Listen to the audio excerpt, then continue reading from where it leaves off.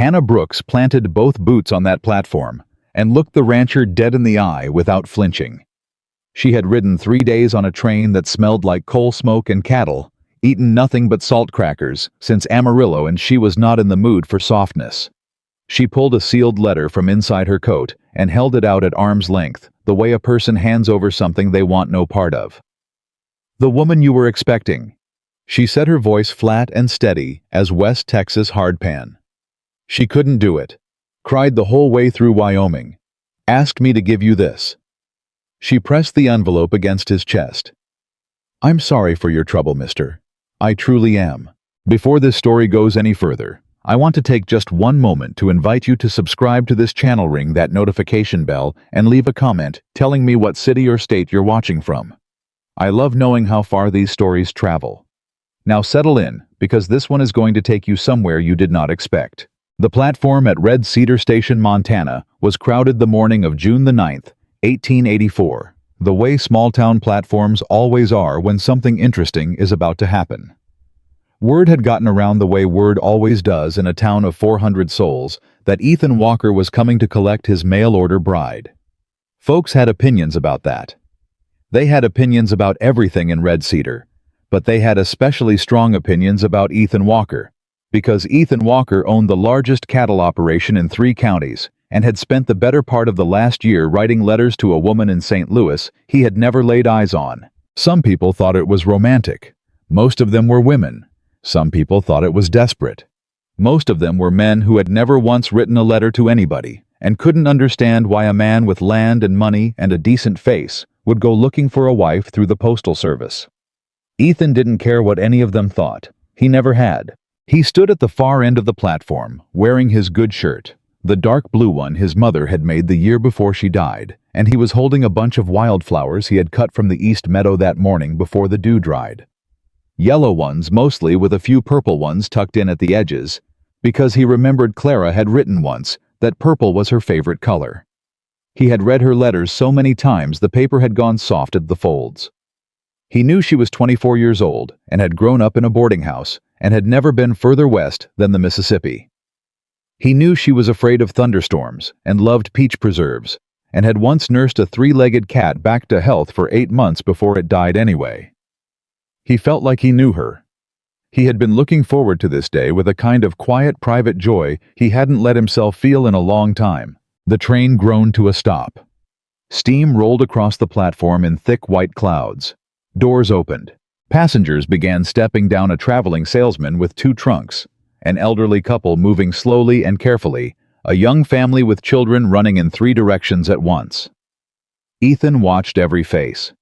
He was looking for a small, dark-haired woman in a blue traveling dress. Clara had described what she would be wearing in her last letter. Blue dress, white gloves, a hat with a yellow ribbon.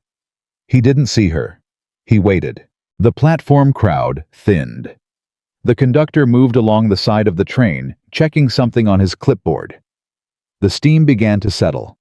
And then a woman stepped off the rear car, and she was not Clara Whitfield from St. Louis. She was big. Not in the way people use that word to be cruel, though plenty of people on that platform were already using it that way in their heads. He could see it on their faces.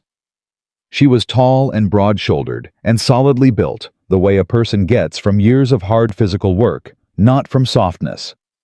She wore a faded brown work dress that had been washed so many times it had gone the color of creek mud, and boots that had seen serious mileage, and she carried a coiled lariat looped over one shoulder like it was as natural as a handbag. Her dark hair was pulled back in a practical knot at the base of her neck. She had brown eyes that were calm and direct and missed nothing. She looked around this platform, once assessed the whole scene in about 4 seconds, the way someone does who has spent their life reading situations, fast found Ethan by his flowers and his expression, and walked straight toward him. People on the platform watched. A few of them whispered. A man in a brown suit said something quietly to the woman beside him, and they both smiled in the kind of way that wasn't kind at all. The woman with the lariat didn't look at any of them. She walked with the unhurried, ground-eating stride of someone who has crossed a lot of open country on foot and never once worried about being watched. She stopped in front of Ethan. She pulled the letter from inside her coat and held it out. "The woman you were expecting," she said. "She couldn't do it. Cried the whole way through Wyoming. Asked me to give you this." She pressed the envelope against his chest. "I'm sorry for your trouble, mister. I truly am." There was a silence on the platform. Not the comfortable kind. The held breath kind where everyone is waiting to see what happens next, because they've already decided it's going to be something worth watching. Ethan didn't move for a long moment. He looked down at the envelope in his hand. Then he looked back up at the woman standing in front of him, who was watching him. The way you watch a fire, you're not sure is going to spread. "How long did she cry?" he asked. The woman blinked. Whatever she had been expecting him to say, it wasn't that. "I'm sorry. Clara, you said she cried through Wyoming. That's a long stretch of track. Hours." He was looking at her steadily now, not with anger, but with something more complicated than that. "She must have been real frightened." "She was." The woman's voice was more careful now. "She talked about you some. She said you seemed like a decent man from your letters. She couldn't make herself get off that train." "Did she say why?" "She said the West was bigger than she remembered from pictures." Ethan was quiet for another moment. Then very slowly, he lowered the wildflowers to his side. And he smiled. It was not the smile of a man performing dignity for an audience. It was something quieter than that. Something that reached his eyes. He extended his right hand toward her steady and opened the way a man offers a hand to someone he means to treat with respect. "Then I'm grateful you came all this way to tell me the truth," he said. "That took something. What's your name, ma'am?" The woman looked at his hand for one full second, like she was verifying it was real. "Hannah," she said. "Hannah Brooks, out of Laredo, Texas." "Ethan Walker." He waited. She shook his hand. Her grip was firm and businesslike. "You heading somewhere from here, Miss Brooks, or were you just passing through?" "Passing through." She released his hand and took one step back, the small retreat of a person who has already decided this conversation is over. "I'll be on the northbound in the morning. Got business up toward Great Falls." "Cattle business." She looked at him sideways. "How'd you know that?" He nodded at the lariat on her shoulder. "That's not a decorative item." Something shifted in her expression. Not quite a smile, but the ghost of one. "My father runs beef out of Laredo. I've been handling his drives since I was 16. "You break your own horses." "When they need breaking." "You do your own books." "Since my father's eyes got bad, yes." Ethan nodded slowly. He was looking at her with an expression she couldn't quite read, like a man doing arithmetic in his head that he hasn't finished yet. "Miss Brooks," he said, and his voice was different now, lower, and something in the change made her go still. "I know you don't have any reason to do me any favors, and I know you've already gone well out of your way by delivering that letter. But I wonder if I might ask you one more thing before you go." "You can ask." "Would you consider staying 30 days? Hannah stared at him.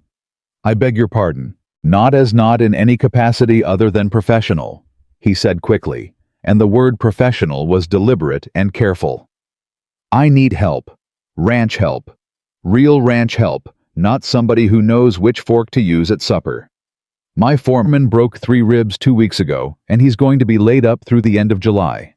I've got a roundup coming a fence line that needs 40 miles of repair after the spring floods, and books that are 3 months behind." He paused. "I'd pay you $3 a day. That's cowhand wages, I'm not offering charity." Hannah Brooks had heard a lot of things in her 27 years. She had been talked past and around and through more times than she could count. She had been told her opinion wasn't needed, and her help wasn't wanted, and her presence was a problem. She had learned to read men fast, because you had to on a cattle drive, because the wrong read could get you hurt. She read Ethan Walker, standing on that platform, with his wilting wildflowers, and his dead fiancé's letter, and what she read was tired, honest, and genuinely plainly scared, though he was holding it together well. "Why 30 days?" she asked. He hesitated, just briefly. There's a legal matter, to do with my father's estate. It requires resolution by my birthday, which is the 30th of July. "What kind of legal matter?" He looked at her steadily. "The kind that requires a wife."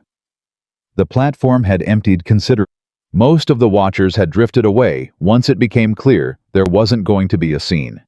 A few remained, including the man in the brown suit, who was now openly staring with his arms crossed. "Let me understand what you're suggesting," Hannah said. "I'm not suggesting anything improper," Ethan said immediately. That's not what I'm asking. I'm asking if you would stay on this ranch as an employee, a working ranch hand, and allow me 30 days to figure out another solution to the legal problem, in exchange for fair wages and a private room in my house with a lock on the door." "A lock?" "Which I will not have a key to." Hannah looked at him for a long moment. Then she looked past him at the mountains rising in the distance beyond the tree line, blue and enormous and completely indifferent to anything happening on this platform. $3 a day, she said. $3 a day. And I leave the morning of the 31st. No arguments, no negotiations, no extensions. You have my word. Your word doesn't mean much to me yet, Mr. Walker. You're a stranger. That's fair, he said. It's also fair that you've got nowhere else to be until the northbound tomorrow morning, which gives you tonight to decide whether you trust me enough to ride out to the ranch and see it for yourself. Hannah looked at him for another long moment. She was running calculations. She could feel it, that internal arithmetic she had learned to trust, the thing her father called gut math. The thing that told you whether a deal was real or a trap. "Tonight only," she said. "I make no promises beyond that." "Tonight only," he agreed. "You can sleep in the bunkhouse with the door barred if you'd prefer. I'll introduce you to my cook, who is 63 years old and has opinions about everything, and will tell you immediately if I am not to be trusted." "What's your cook's name?" "Pearl. Pearl Kinney. She's been with the Walker family for 30 years. Hannah picked up her travel bag from the platform boards where she'd set it down during the conversation. She settled the lariat back on her shoulder. "I want to meet Pearl tonight," she said. "And if Pearl says you're a liar, I'm gone before sunrise." "That's more than reasonable," Ethan said. They walked off that platform side by side, and the man in the brown suit watched them go, with his mouth slightly open, and Hannah Brooks did not look at him once. She didn't need to. She had already decided he didn't matter. Pearl Kinney was everything Ethan Walker had promised, and several things he hadn't mentioned, including loudly opinionated, deeply suspicious of strangers, and possessed of a handshake that could crack walnuts. She took one long look at Hannah from the kitchen doorway, looked at Ethan, looked back at Hannah, and said, "You ain't Clara Whitfield." "No, ma'am," Hannah said. "I am not." "Where's Clara Whitfield?" "On a train heading back east, best I can tell."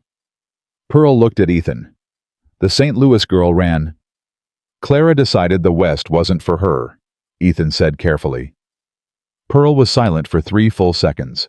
Then she turned back to Hannah, folded her arms, and said, "You know anything about cattle? I've driven beef from Laredo to Kansas City twice, and Laredo to Abilene 3 times. You know anything about keeping books? I kept my father's since I was 19. Can you ride a fence line in weather?" "I've ridden fence in ice storms, ma'am." Pearl looked at Ethan again, and the look she gave him was complicated in about 6 different ways. "You're paying her proper," she said. $3 a day." "4, Pearl said. Ethan blinked. "Pearl, $4 a day," Pearl said again flatly, in the voice of a woman who has never once in her life repeated herself as a question. "She came off that train with a lariat and no complaints, and she told you the truth instead of running, which is more than your intended managed.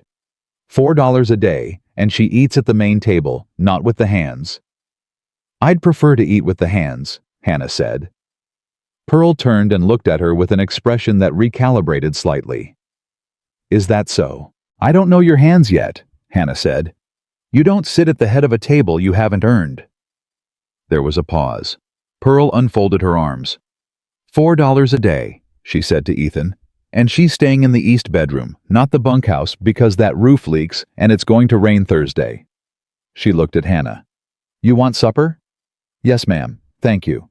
Wash up, troughs around back." She turned and walked back into the kitchen. Then she stopped without turning around and said, "You're going to need work clothes. Clara Whitfield sent a trunk ahead. It's in the barn. Won't fit, but there's fabric in the sewing room, and I run a straight stitch." A pause. "I ain't a charity." "Neither am I," Hannah said. Pearl didn't respond. But when Hannah came in from washing up 20 minutes later, there was a plate on the table with twice the food on it as anyone else's. Hannah noticed. She didn't mention it. She sat down with the ranch hands at the long kitchen table and introduced herself as Hannah Brooks from Laredo and said she'd be helping out for 30 days. The men received this with the range of reactions men usually produce when a woman announces herself in a professional capacity. Two of them were openly skeptical. One was politely neutral. One was too young to have formed a fixed opinion yet, and one a compact, dark-haired man named Luis Reyes, who turned out to be the most experienced hand on the property, simply nodded and said, "You know cattle, my whole life," Hannah said. "Good," Luis said. "We got a heifer stuck in the South Marsh. Been stuck 3 hours. 2 of us tried to pull her and she's not having it." Hannah looked at her supper plate. She looked at Luis. She picked up a dinner roll, put it in her coat pocket, stood up and said, "Show me." She had the heifer out of the marsh in 40 minutes. Luis held the lantern. The other 2 hands who had tried and failed to move the animal stood off to the side and watched. Hannah didn't say anything when it was done. She walked back to the house, washed her arms up to the elbow at the trough, went inside and finished her supper. When she looked up, Ethan was watching her from the doorway. "Foreman said nobody could move that animal tonight," he said. "Foreman wasn't there," Hannah said. She took a bite of her roll. Ethan leaned against the doorframe and looked at her with that same complicated arithmetic expression he'd worn on the platform.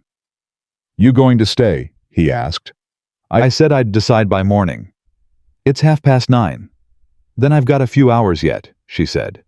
"Good night, Mr. Walker." She did stay.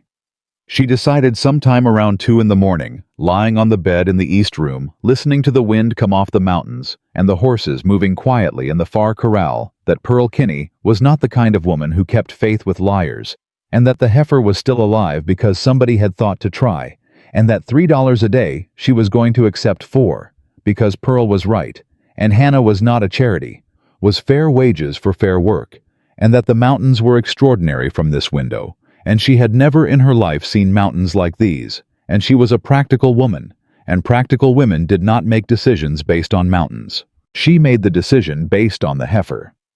She told herself that for a long time afterward. By the end of the first week, Hannah Brooks had become a fact of Walker Ranch, the way certain facts establish themselves without asking permission, quietly, thoroughly, and in such a way that it becomes difficult to imagine the landscape without them. She was up before anyone else each morning, including Pearl, which Pearl noticed and did not comment on, but which resulted in an extra biscuit appearing on Hannah's plate at breakfast without explanation.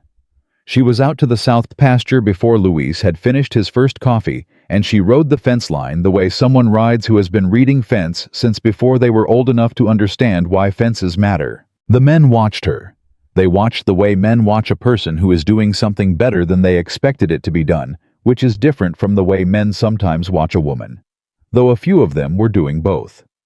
Hannah was aware of both and gave neither any particular encouragement. She had learned years back on the Texas drives that the fastest way to earn the respect of working cowboys was to outwork them without making a performance of it, not to prove anything, just to do the thing. She broke a horse on the 5th day that had thrown 2 men the week before.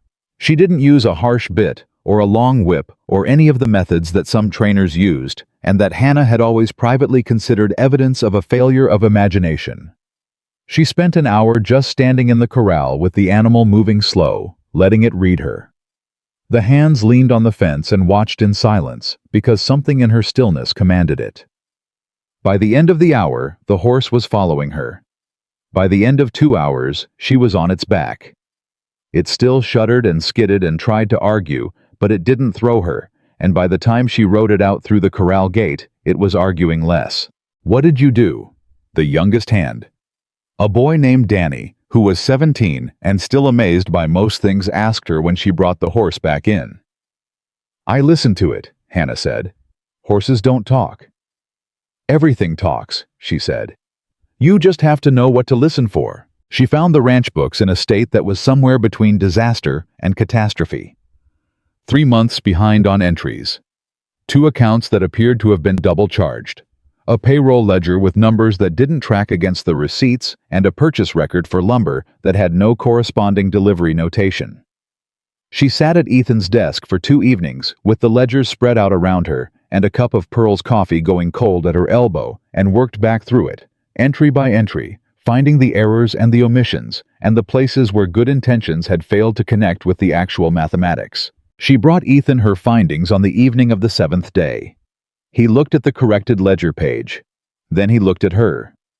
"This would have cost me $1,800, he said. "It nearly did," she said. "Your lumber supplier short-delivered by 30 posts and charged you for the full order. Happens a lot when ranchers don't have time to count on delivery day." "I didn't count. I know. You were short-handed and it was a flood week. I would have done the same." She closed the ledger. "You need to send a letter to Connolly's and attach the receipt. They'll credit the account. They won't want trouble." He was quiet for a moment. "Is there anything on this ranch," he said slowly, "that you can't do?" Hannah considered that genuinely, because she took questions seriously and didn't like to give careless answers. "I'm not much of a carpenter," she said.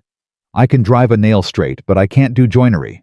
And I don't have the patience for embroidery." He looked at her for a long moment. There was something in his expression she didn't have a name for yet. "Thank you, Miss Brooks," he said, "for the books." "It's what you're paying me for," she said. She stood up and picked up her hat from the desk corner. "We've got 40 miles of fence that need work before the summer herd moves. I'd like to start at the northwest corner and work east." Luis agrees. "Whatever you and Luis think is right," Ethan said. "You know this land better after a week than some men know it after a year." She put her hat on and walked to the door.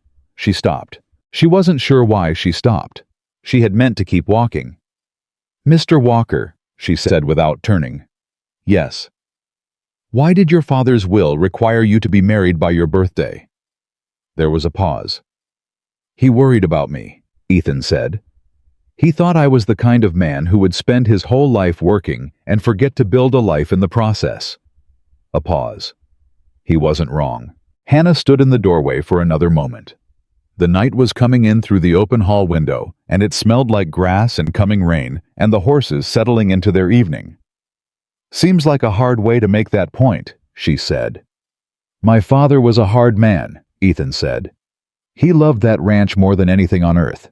He was afraid Victor would destroy it." "Victor," she said. "That's the cousin." "That's the cousin," Ethan confirmed. "He's in Billings right now talking to land speculators. He's been doing it since my father's funeral." Hannah turned around, just slightly, not quite facing him.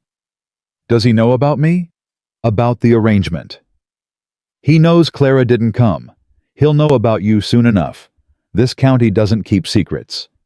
And when he finds out, he'll file something with the county court," Ethan said. "He's been looking for a legal angle for months. Any arrangement that doesn't look like a genuine marriage will give him one." Hannah was quiet for a moment. She was doing that arithmetic again, the gut math. "Then you need to think carefully about what story you're telling Mr. Walker. Because right now, the story is his intended ran away, and he hired the first woman off the train. Victor's going to make noise with that." "I know. So, you need a better story." "Do you have one?"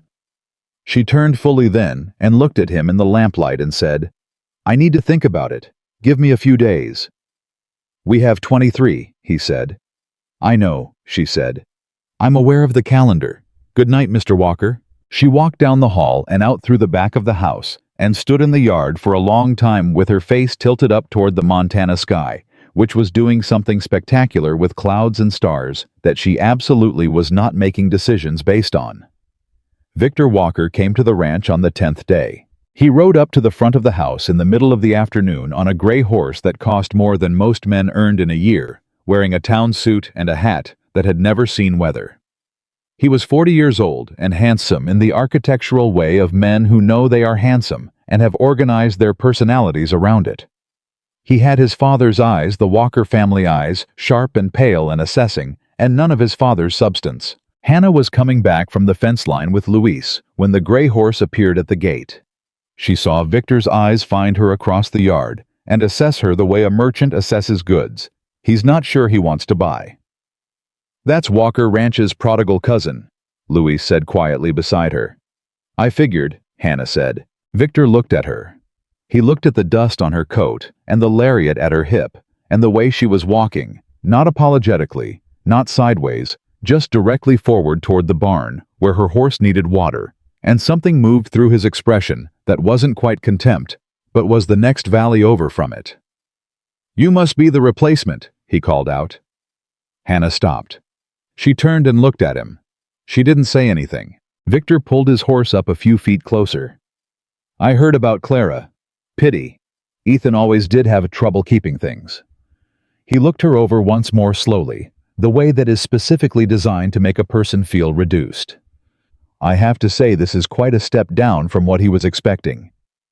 I can't speak to expectations, Hannah said. I don't know you well enough to have any. Something flickered in Victor's eyes. He hadn't expected the steadiness. You're here as ranch help, he said. It wasn't quite a question. I'm here as a ranch hand, Hannah agreed. Is there something you need from the ranch, Mr. Walker? Mr. Ethan Walker is in the north field if you need him. I'll wait, Victor said. The porch has chairs, Hannah said. She turned back toward the barn. You know, Victor said behind her voice, carrying the lazy ease of a man who is used to getting the last word. There are people in this county who are going to find your situation here very interesting. A woman unchaperoned, staying in a bachelor rancher's house. Hired help, arriving in place of a bride. He paused for effect. Some might call that scandalous. Hannah stopped. She stood very still. Then she turned around slowly and walked back toward Victor's horse, and she stopped just close enough that he had to look down at her, but not so close that she was looking up, and she said in the same flat, quiet voice she had used since she arrived. Some might. But some people in this county are going to find it interesting that a man who hasn't set foot on this ranch in 4 years is suddenly very concerned with what his cousin's hired help does with her evenings. She looked at him steadily. People in small counties notice all sorts of things, Mr. Walker. I find it's best to give them less to work with, not more.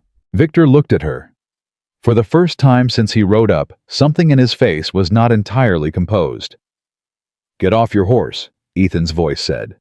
He had come around the corner of the barn, and he was covered in field dust, and he was not smiling. And he looked at Victor, the way you look at something you've been expecting and are not glad to see. Victor looked between them. He climbed down from the gray horse, and Hannah walked into the barn to take care of her animal, and she did not look back, and she did not need to, because she had already read the rest of that particular scene, and it did not require her presence to conclude. That night after supper, she heard Ethan and Victor through the parlor wall.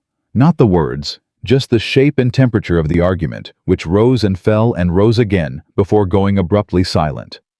She lay in the east room, with her eyes open, and listened to the silence, and thought about the mathematics of 20 more days, and about the way Ethan had said Victor's name on the platform flat, and controlled like a man naming a weather system he's learned not to underestimate. She thought about a lot of things. She thought about what it had felt like to walk across that platform carrying somebody else's letter, which was not the first time in her life she had arrived somewhere as a substitute for someone more expected, someone smaller and softer and more suited to what the room had been arranged for. She thought about what it had felt like when Ethan Walker had looked at her and said, I'm grateful you came all this way to tell me the truth, and had extended his hand with the same steadiness and respect he might have offered any one man or woman, and how that one small gesture had done something to her equilibrium that she was still recalibrating around. She was not in the habit of being seen clearly. She was not sure how she felt about it now that it was happening. She closed her eyes. Outside, the Montana night settled over Walker Ranch, the way it did, enormous and dark and salted with stars, and 20 miles away. In Billings, Victor Walker was on his second whiskey and composing a letter to a county attorney, and the clock on everything was running. The morning. Victor Walker rode away from the ranch. Hannah was already 3 miles out on the fence line before the dust from his gray horse had settled. She didn't talk about what she'd heard through the parlor wall. She didn't ask Ethan what had been said.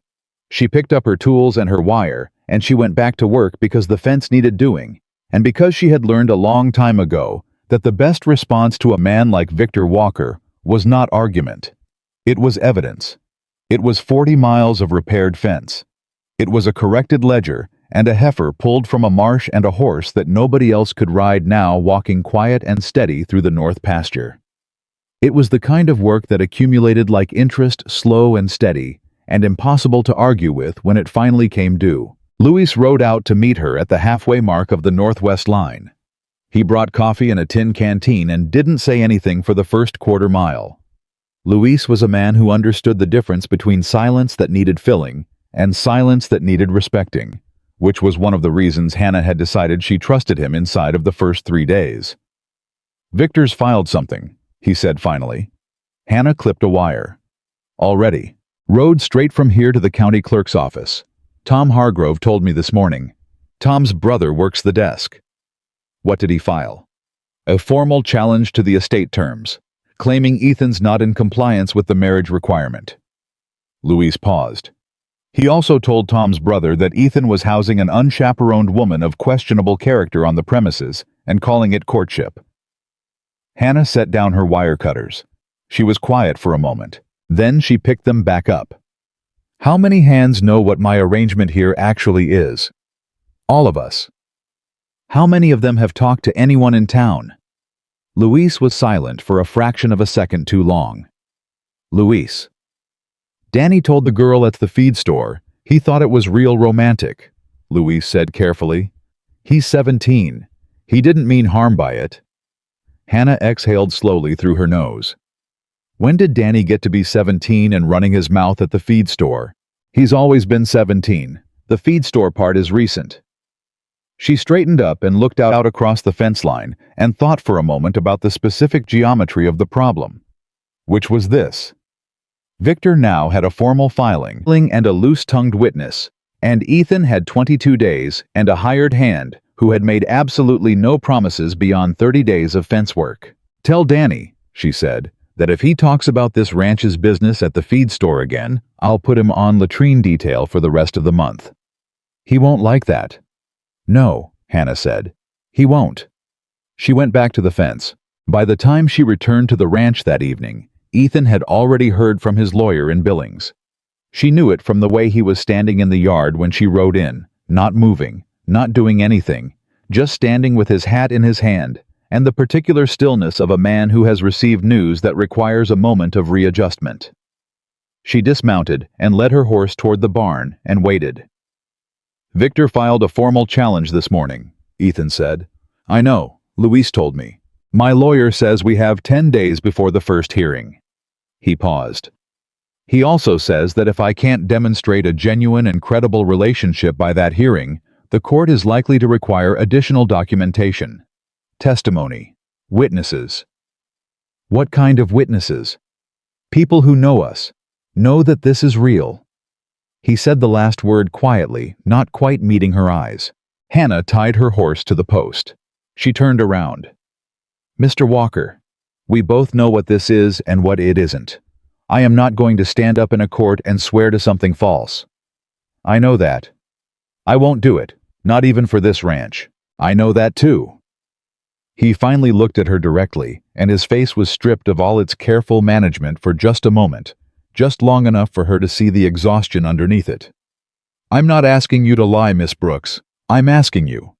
I'm trying to figure out what the truth actually is. And I don't know yet. But I thought you should know the timeline." She looked at him for a long moment. 10 days, she said. 10 days. She took her horse into the barn, rubbed her down, checked her feet, watered her, gave her the last of the good hay, without measuring it the way she usually did. She stood in the barn for a while after, in the particular quiet of a barn at evening with the animals breathing and settling, and she thought about the mathematics of honesty, which is different from the mathematics of truth. Honesty is what you know. Truth is what is. Sometimes those are the same thing, and sometimes there is a gap between them, and she was standing in that gap right now, and she wasn't sure which direction to walk. She went inside for supper. Pearl put a plate in front of her without being asked which was the closest Pearl Kinney ever got to tenderness, and Hannah ate it without comment. Which was the closest Hannah Brooks ever got to saying thank you when she didn't have the words for it. The thing about Walker Ranch, that Hannah hadn't expected, the thing she hadn't budgeted for in her original 30-day calculation, was how much it felt like somewhere she recognized. Not like somewhere she'd been before. Like somewhere she'd been trying to get to for a long time without knowing it had a name. It was in the mornings when the light came over the eastern ridge and hit the yard at that particular angle that made even the dust look like something worth keeping.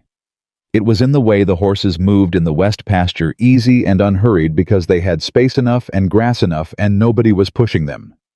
It was in the sound of Pearl's cast iron against the stovetop at 5 in the morning, and Luis's low voice giving instructions in a mix of English and Spanish that the hands had all learned to follow without thinking about it. It was in the fact that every person on this ranch worked hard and meant it, and went to bed tired and got up and did it again. Not because someone was watching, but because the work was the thing. Hannah had grown up on a ranch. She knew what a ranch felt like when it was run right. She knew what it felt like when it wasn't. Walker Ranch had been slipping. She could see the evidence of it everywhere. The 3 months of neglected books, the fence that hadn't been properly maintained, the horse that nobody had taken the time to reach. But underneath the recent neglect, the bones of the place were good and strong, and she could feel it. The way you feel the structure of a building even before you've seen the whole thing. Someone had built this place with intention. Someone had loved it. She found herself thinking about that more than was strictly professional. On the 12th day, she found the saddle blanket. She had been reorganizing the storage room at the back of the main barn, a task she had assigned herself because the room was a disaster of accumulated equipment and poor labeling, and at least 4 items she strongly suspected had been stored in the wrong place for so long they had simply been accepted as belonging there. And she had moved aside a stack of old feed sacks and a broken harness and 2 crates of tools that needed sorting. And behind all of it, hanging on a peg that was not visible from the doorway, was a saddle blanket. It was old, 8 or 9 years at least, maybe 10. The wool had been good quality, once deep brown, and it had been washed many times since, but it was the stitching that stopped her hand mid-reach. Sunflowers. A border of hand-stitched sunflowers along the top edge, done in yellow thread, that had faded but not disappeared. The stitching was careful and slightly uneven in places, the work of someone who was competent but not trained, someone who had learned from watching rather than instruction.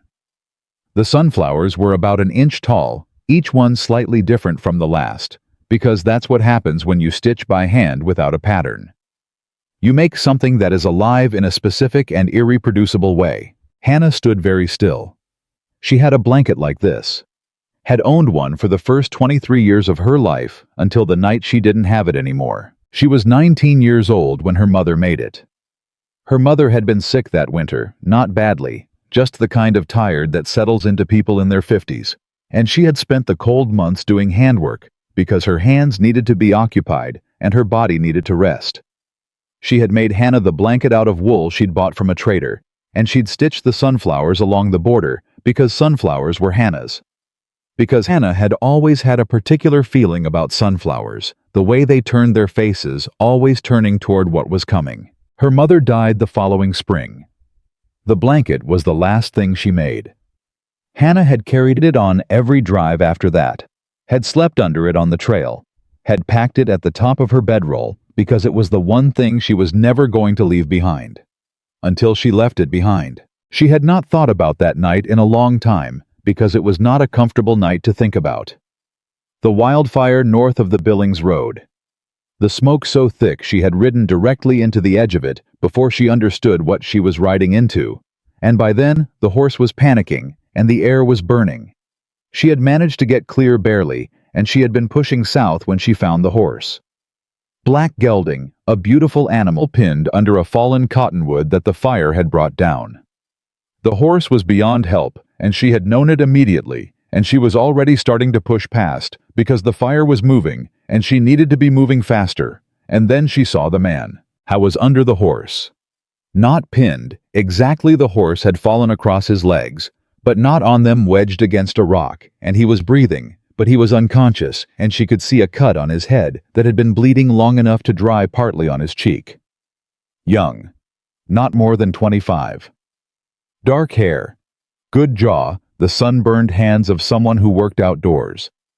She could not leave a breathing man in a wildfire. She had assessed the situation in about 30 seconds, decided on the only thing that was going to work, pulled the cottonwood from where it was bracing the horse with everything she had, which was considerable, and dragged the man free by his coat collar across 20 feet of scorched ground to where the air was better.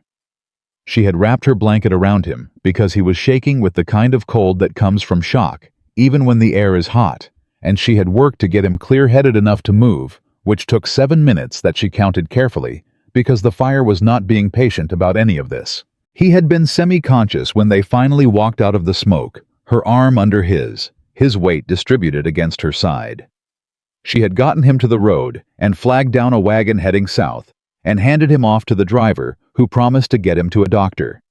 She had never asked his name. She had never given hers. The wagon left the fire, moved east, and she rode south with no blanket and a very clear memory of a pair of Walker family eyes, sharp and pale, and assessing in a face that was too young to have such tired eyes. She had told herself she didn't need to know his name. She had told herself it didn't matter. She was standing in a barn in Montana, holding a saddle blanket with her mother's sunflowers on it, and her hands were not entirely steady. She folded it very carefully and put it under her arm and walked out of the storage room across the barn and across the yard to the main house, and she knocked on the door of Ethan's study. "Come in," he said. She opened the door.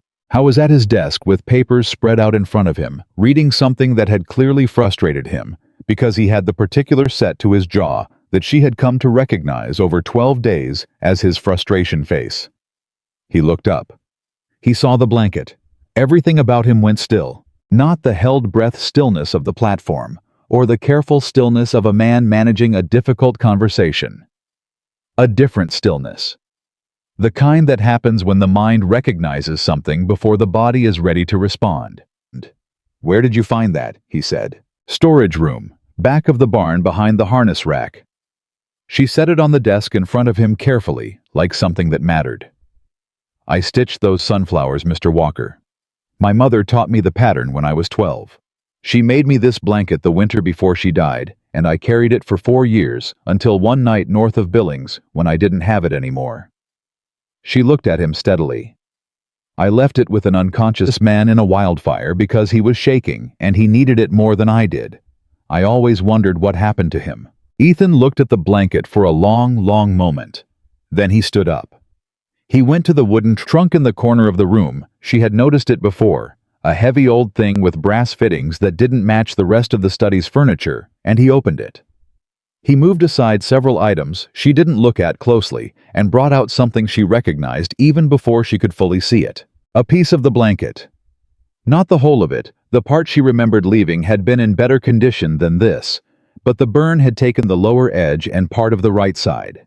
The sunflower border was intact on 2 sides. The wool had a smell to it, still faint, the particular smell of old smoke and old time. He set it on the desk beside the one she had brought in. The 2 pieces of stitching were in the same hand. The same slight unevenness in the sunflower petals. The same way the thread turned at the corner of each bloom. "I woke up on the road," Ethan said. His voice was careful and low. "A wagon driver told me a big woman had pulled me out of the fire and sent him on his way before he could get her name. He said she had a dark braid and she wasn't afraid of anything." He paused. "I kept the blanket because it was the only thing I had left of her. I never knew if she was real." Hannah sat down in the chair across from his desk. Not because she planned to. Her knees just made that decision independently. "I thought about you," she said. And then, because that was more than she had meant to say, she said nothing else. Ethan sat down too. They looked at the 2 pieces of blanket on the desk between them, the burned portion and the intact one. The evidence of something that had happened 8 years ago in a wildfire north of the Billings Road, and had not stopped happening since, apparently. "You saved my life," Ethan said. "You had a good horse," Hannah said. "I was sorry about the horse." "So was I." A pause. "He was a good animal. His name was Franklin." "Franklin," Hannah said. "My father named him. He named all the horses after presidents. We had a Jefferson and a Monroe and a Harrison. Harrison died of colic the same year Franklin went, so that was a hard year for the founding fathers." Hannah looked at him, and she laughed. It came out unexpected, quick and real, And it surprised her, and it surprised him too. And for a moment, they were just two people on either side of a desk, with half a burnt blanket between them, laughing about a horse named after a president who had been dead for 30 years. Then the laughter stopped, and the silence that replaced it was different from all the previous silences. Fuller, like something had been poured into it. "What do we do with this?" Hannah asked. Ethan looked at the blanket pieces. "I don't know." "Neither do I." "But," he said slowly, "it does change what I know about you. What did you know before? That you were honest, that you were competent, that you were kinder than you wanted anyone to notice." He looked up. "Now I know that you are also the reason I'm alive to have this conversation." Hannah looked at him for a long moment.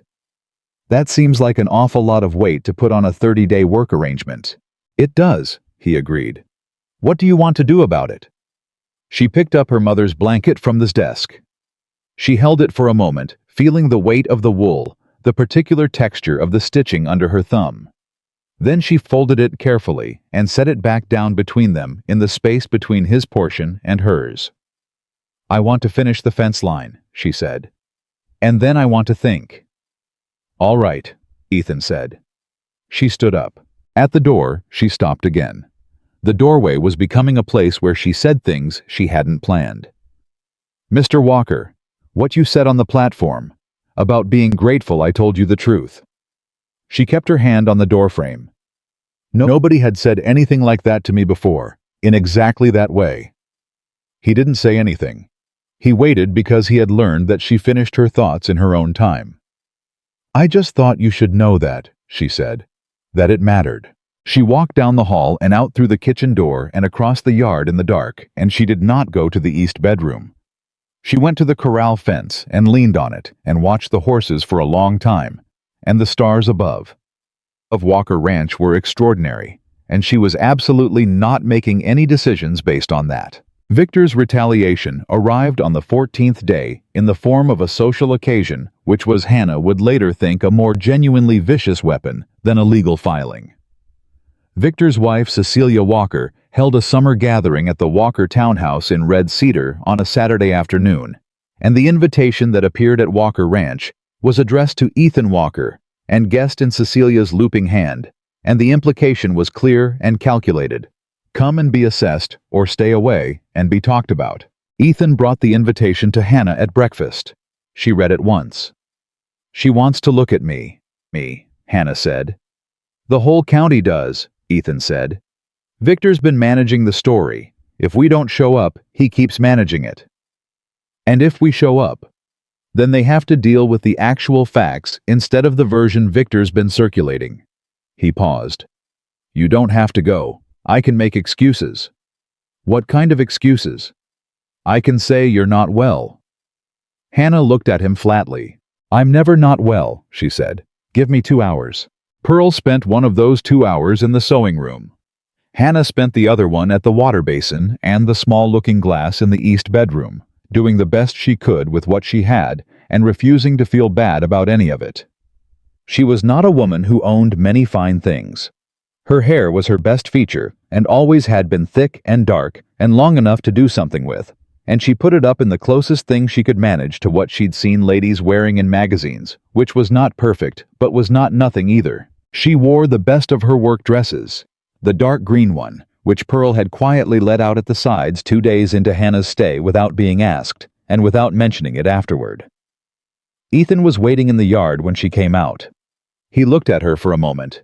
Then he took off his hat. He did it without thinking about it. Just the automatic gesture of a man raised with manners, a hat tip that was genuinely meant not performed. And that small thing did something to the math in Hannah's chest that she spent the rest of the carriage ride to Red Cedar trying to account for. Cecilia Walker's gathering was exactly what Hannah expected, which was 30 people in their good clothes, in a house that was trying very hard to demonstrate the Walker family's refinement, and a hostess who greeted Ethan with warmth, and looked at Hannah with the particular bright-eyed assessment of a woman who has made her judgment before the conversation starts, and is now simply verifying it. "Miss Brooks," Cecilia said, her smile immaculate. "We've heard such interesting things." "I'm sure you have," Hannah said pleasantly. "It's a small county." She shook Cecilia's hand. Firm grip, no apology for it. The room watched. The room watched for the next 2 hours, with the dedicated attention of people who have been waiting for something interesting to happen. They watched Ethan Walker stand beside Hannah Brooks with an ease that looked uncalculated because it was. They watched Hannah talk to Ed Hoover from the bank about cattle prices with a command of the current market that made Ed forget he'd been skeptical of her. They watched her in conversation with Margaret Dunfield, who ran the county's largest dry goods operation, and who left that conversation with a recommendation for a better supplier and the particular energized look of someone who has just had a useful exchange they weren't expecting. Hannah ate with a good appetite and no apology. She laughed once genuinely at something old Dr. Kavanaugh said about a horse he'd tried to treat, and the laugh rang through the room and made everyone in earshot look toward it.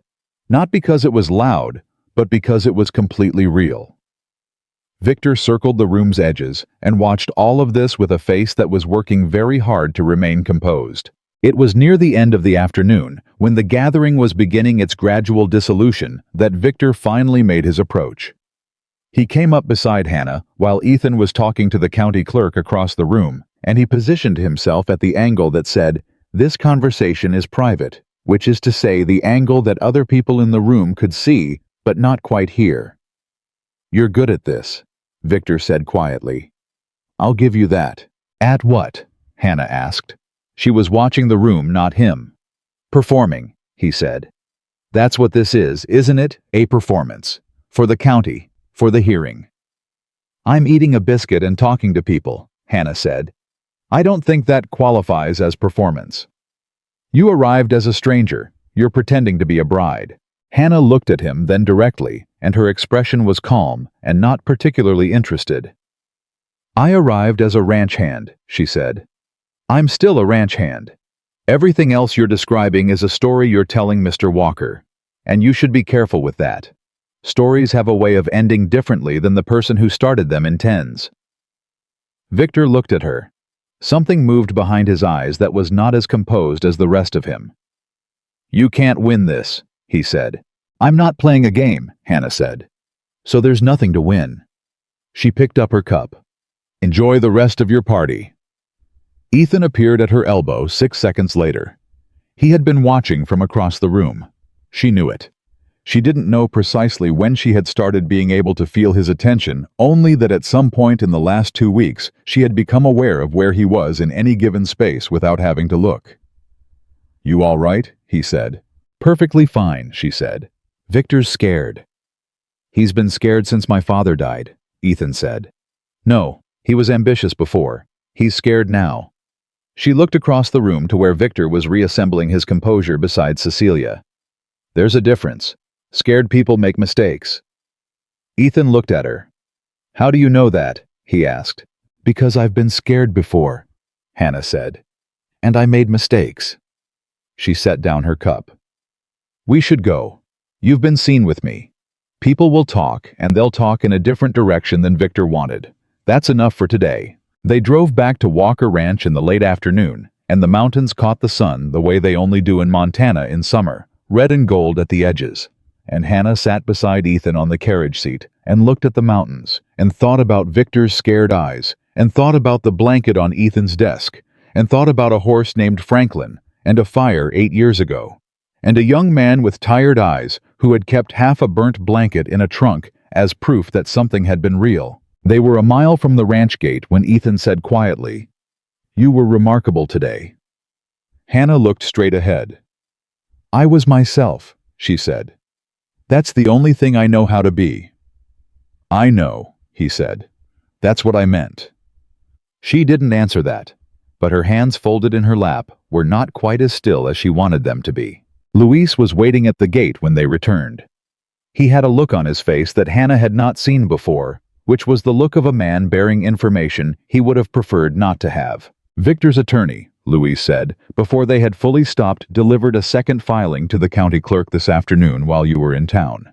He's pulled in 2 witnesses from Red Cedar who are prepared to testify that your arrangement is fraudulent.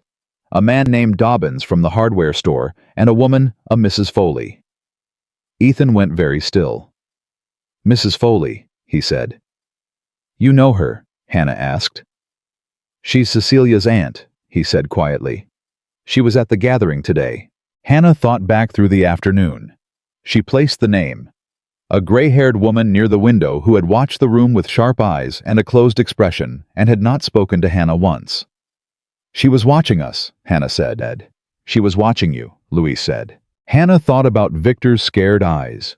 She thought about what she'd said in the carriage scared people make mistakes.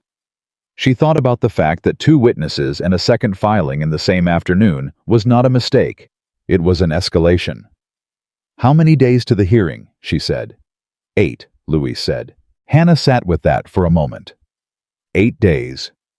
8 days to the hearing, 16 days to Ethan's birthday, and a ranch full of work that still needed doing, and a court case that had just gotten harder.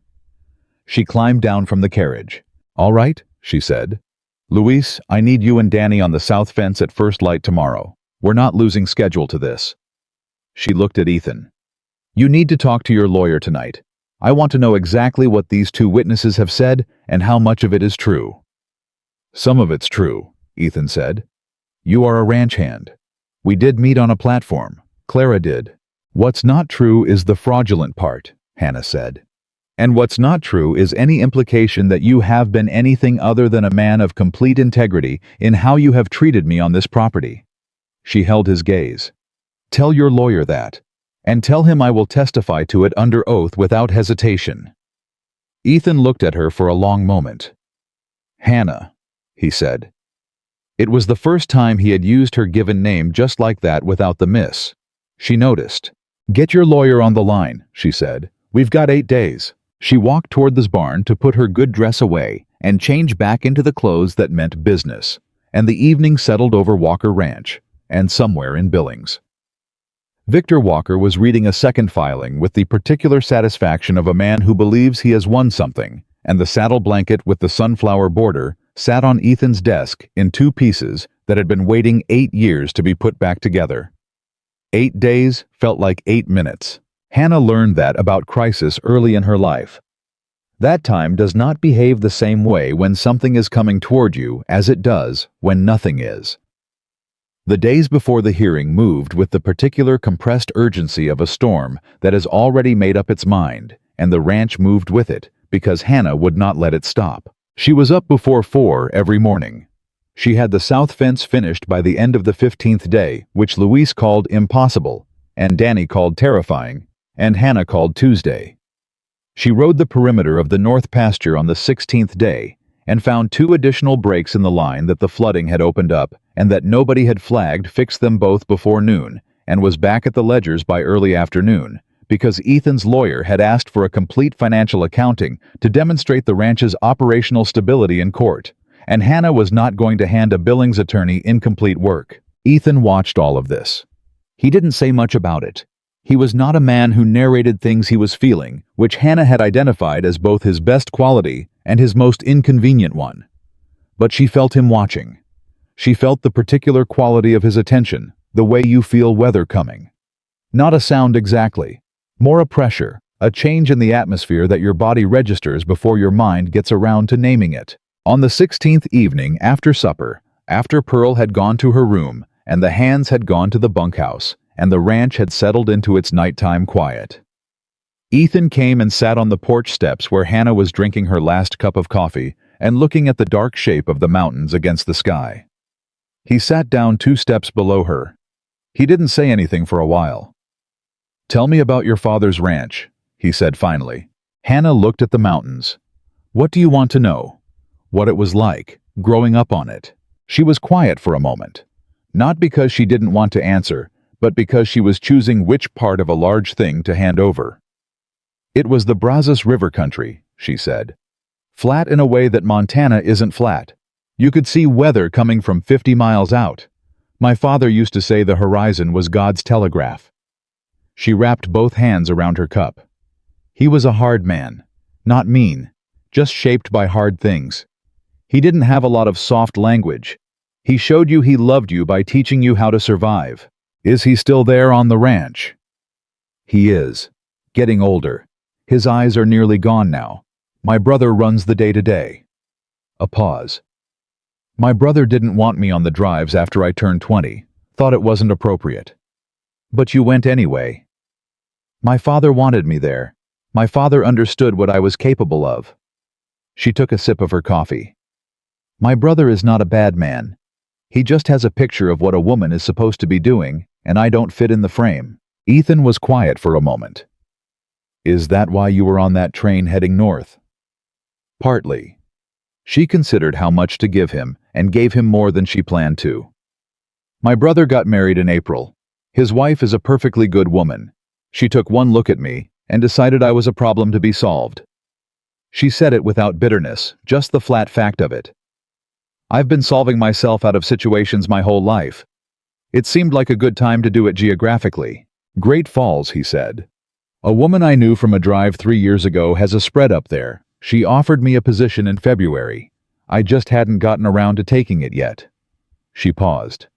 Then the train stopped at Red Cedar, and a man handed me wildflowers and said he was grateful I told him the truth. Ethan didn't say anything. You should know, Hannah said carefully, that I am not. I don't make decisions based on sentiment. I make them based on what is real and what is right. And I want to be honest with you about the fact that I don't know right now exactly what is real and what is right, and that is not a comfortable place for me to be. I know, he said. Do you? He turned and looked up at her from the lower step. I spent a year writing letters to a woman I never met because I thought that was the safe version of looking for someone. I thought I could know a person through what they chose to write, and I could manage the rest. He looked away. Then you walked across a platform and told me the truth in the first 30 seconds, and everything I thought I understood about what I was looking for stopped making sense. Hannah set her cup down on the step beside her. Ethan, she said. It was the first time she had used his given name just like that, the way he had used hers. He looked up. Let's get through the hearing first, she said. All right, he said. But neither of them moved for a long time after that, sitting on the porch steps of Walker Ranch in the dark, with the mountains standing enormous and patient behind the tree line, as if they had been waiting for this particular conversation for 8 years and were prepared to wait a little longer. The hearing was set for a Thursday. Ethan's lawyer was a methodical man named Carver, gray-haired and precise, who had handled Walker family business for 11 years, and who looked at Hannah across the office table on Wednesday morning with an expression that was professionally neutral and personally uncertain. You understand, Carver said, that Victor's witnesses will attempt to characterize this arrangement as transactional and fraudulent. That you are not genuinely a romantic partner, but a hired hand brought in to satisfy the estate terms. I understand, Hannah said. And you can speak to the genuine nature of your relationship with Mr. Walker. Hannah looked at Carver steadily. I can speak to the truth of my experience on this ranch and in Mr. Walker's company. If the truth is sufficient, then yes, I can speak to it. Carver looked at Ethan. Ethan looked at Hannah. It will be sufficient, Ethan said. Carver did not look entirely convinced. But he was a lawyer and not a preacher, and his job was to build the strongest available case, not to decide what was in people's hearts. He spent the rest of the morning going through the financial documentation Hannah had prepared, which was thorough enough that he stopped twice to confirm she had done it herself. All of it, Hannah said. You have an accounting background. I have a practical background, Hannah said. Same result. They left Carver's office at noon. Standing on the street outside with the town moving around them in its ordinary Thursday-1 fashion. Ethan said, Are you afraid? Hannah considered that honestly. No. Are you? Yes, he said without hesitation. She looked at him. Good. He looked back at her. Good. It means you understand what this costs, she said. Men who aren't afraid of the right things make the worst decisions. She put her hat on. I'll see you back at the ranch. She rode back alone. She needed the solitude and the motion, the rhythm of the horse under her, and the road unrolling ahead to run through everything one more time. The witnesses. Dobbins from the hardware store, who had apparently told Victor that he'd overheard Danny talking at the feed store. Mrs. Foley, Cecilia's sharp-eyed aunt, who had stood at the gathering and watched Hannah eat and laugh and talk to Ed Hoover about cattle prices, and who had apparently concluded that a woman who could do all of those things simultaneously was performing rather than simply being herself. Hannah had been performing, she supposed, in the sense that she had been aware of being watched and had not stopped being aware of it. But there was a difference between performing and pretending, and she had not pretended anything.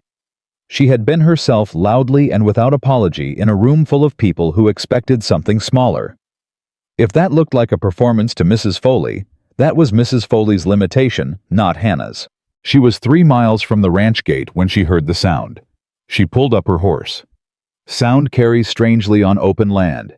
She had learned that on the Texas drives that you could hear things from remarkable distances if the wind was right, and that the particular quality of a sound told you things that distance alone didn't. What she heard now was not the ordinary sound of ranch work.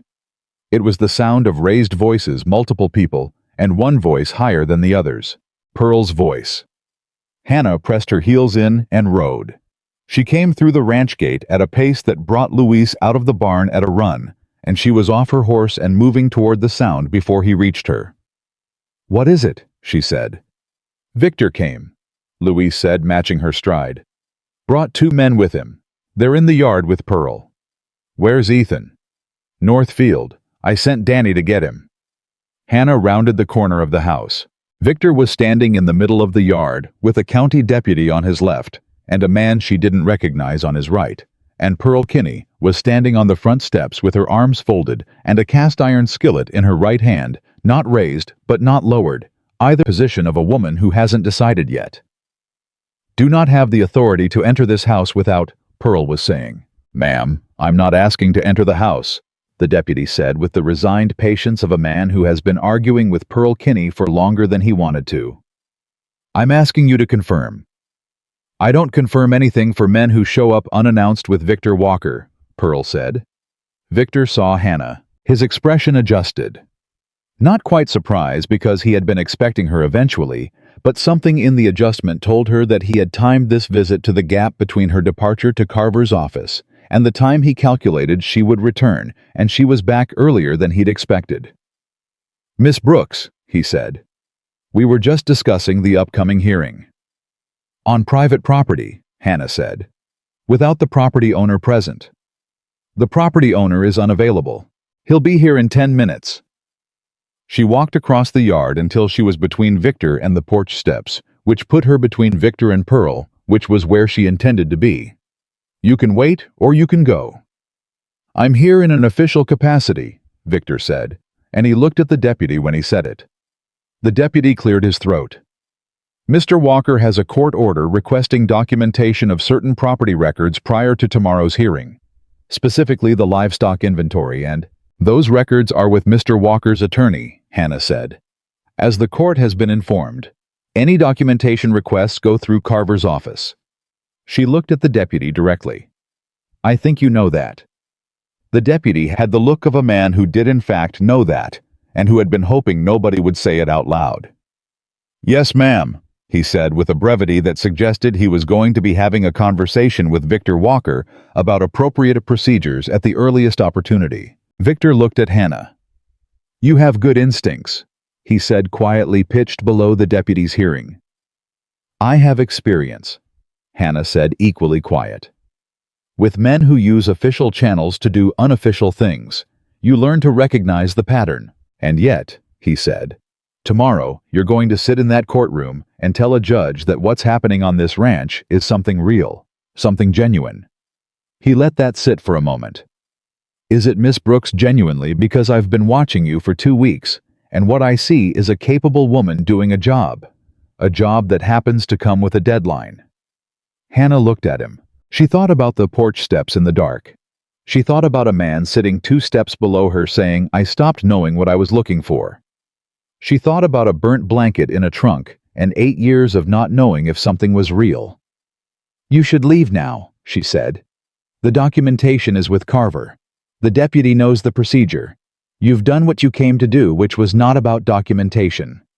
She looked at him evenly. "See you in court tomorrow, Mr. Walker." Victor held her gaze for 3 full seconds. Then he tipped his hat in the particular way of a man who is performing courtesy because he doesn't have a better option, and he turned and walked to his horse, and the deputy followed with the slightly faster pace of a man who has remembered somewhere else he needs to be, and the third man who had not spoken once followed them both. Pearl came down the steps and stood beside Hannah, and they watched the 3 horses go through the gate. "Good," Pearl said. "What did he say before I got here?" Hannah asked. "He told me you were a fraud, and that honest women didn't ride fence lines in men's clothes." Pearl looked at the skillet in her hand, considered it, and lowered it to her side. "I told him that honest women did whatever work needed doing, and that his opinion of my clothes was something I would file in the trash pile." Hannah looked at her. "I like you, Pearl," she said. I know, Pearl said. "Come inside. I made pie." Ethan arrived back from the Northfield 12 minutes later, still moving at the speed of a man who had received urgent news, and found Hannah and Pearl sitting at the kitchen table with pie and coffee, which was either a very good sign or a sign that something had been resolved by the time he got there, and he needed to catch up. Hannah told him what had happened. He listened without interrupting, which was one of the things she had come to appreciate about him, that he listened the way people listen when they actually intend to hear you. When she finished, he was quiet for a moment. "He's trying to rattle you before tomorrow," he said. "I know. Is it working?" She looked at him. "What do you think?" He looked at her, and something in his face settled like a knot releasing. "No," he said. "No, I don't think it is. Eat some pie," Pearl said to him in the voice she used when she'd decided a conversation was complete. He sat down and ate some pie. The courtroom in Red Cedar was small, in the way that county courtrooms in 1884 were small functional wood-paneled, built for utility rather than grandeur, with a gallery of benches behind the bar rail that were by 8 in the morning of the hearing already occupied by a significant portion of the county's interested population. Because that was the thing about a small county, when something interesting was scheduled to happen at 9 o'clock on a Thursday, people adjusted their schedules. Hannah walked in beside Ethan and did not look at the gallery. She sat where Carver directed at the table on the left, and she straightened her dress.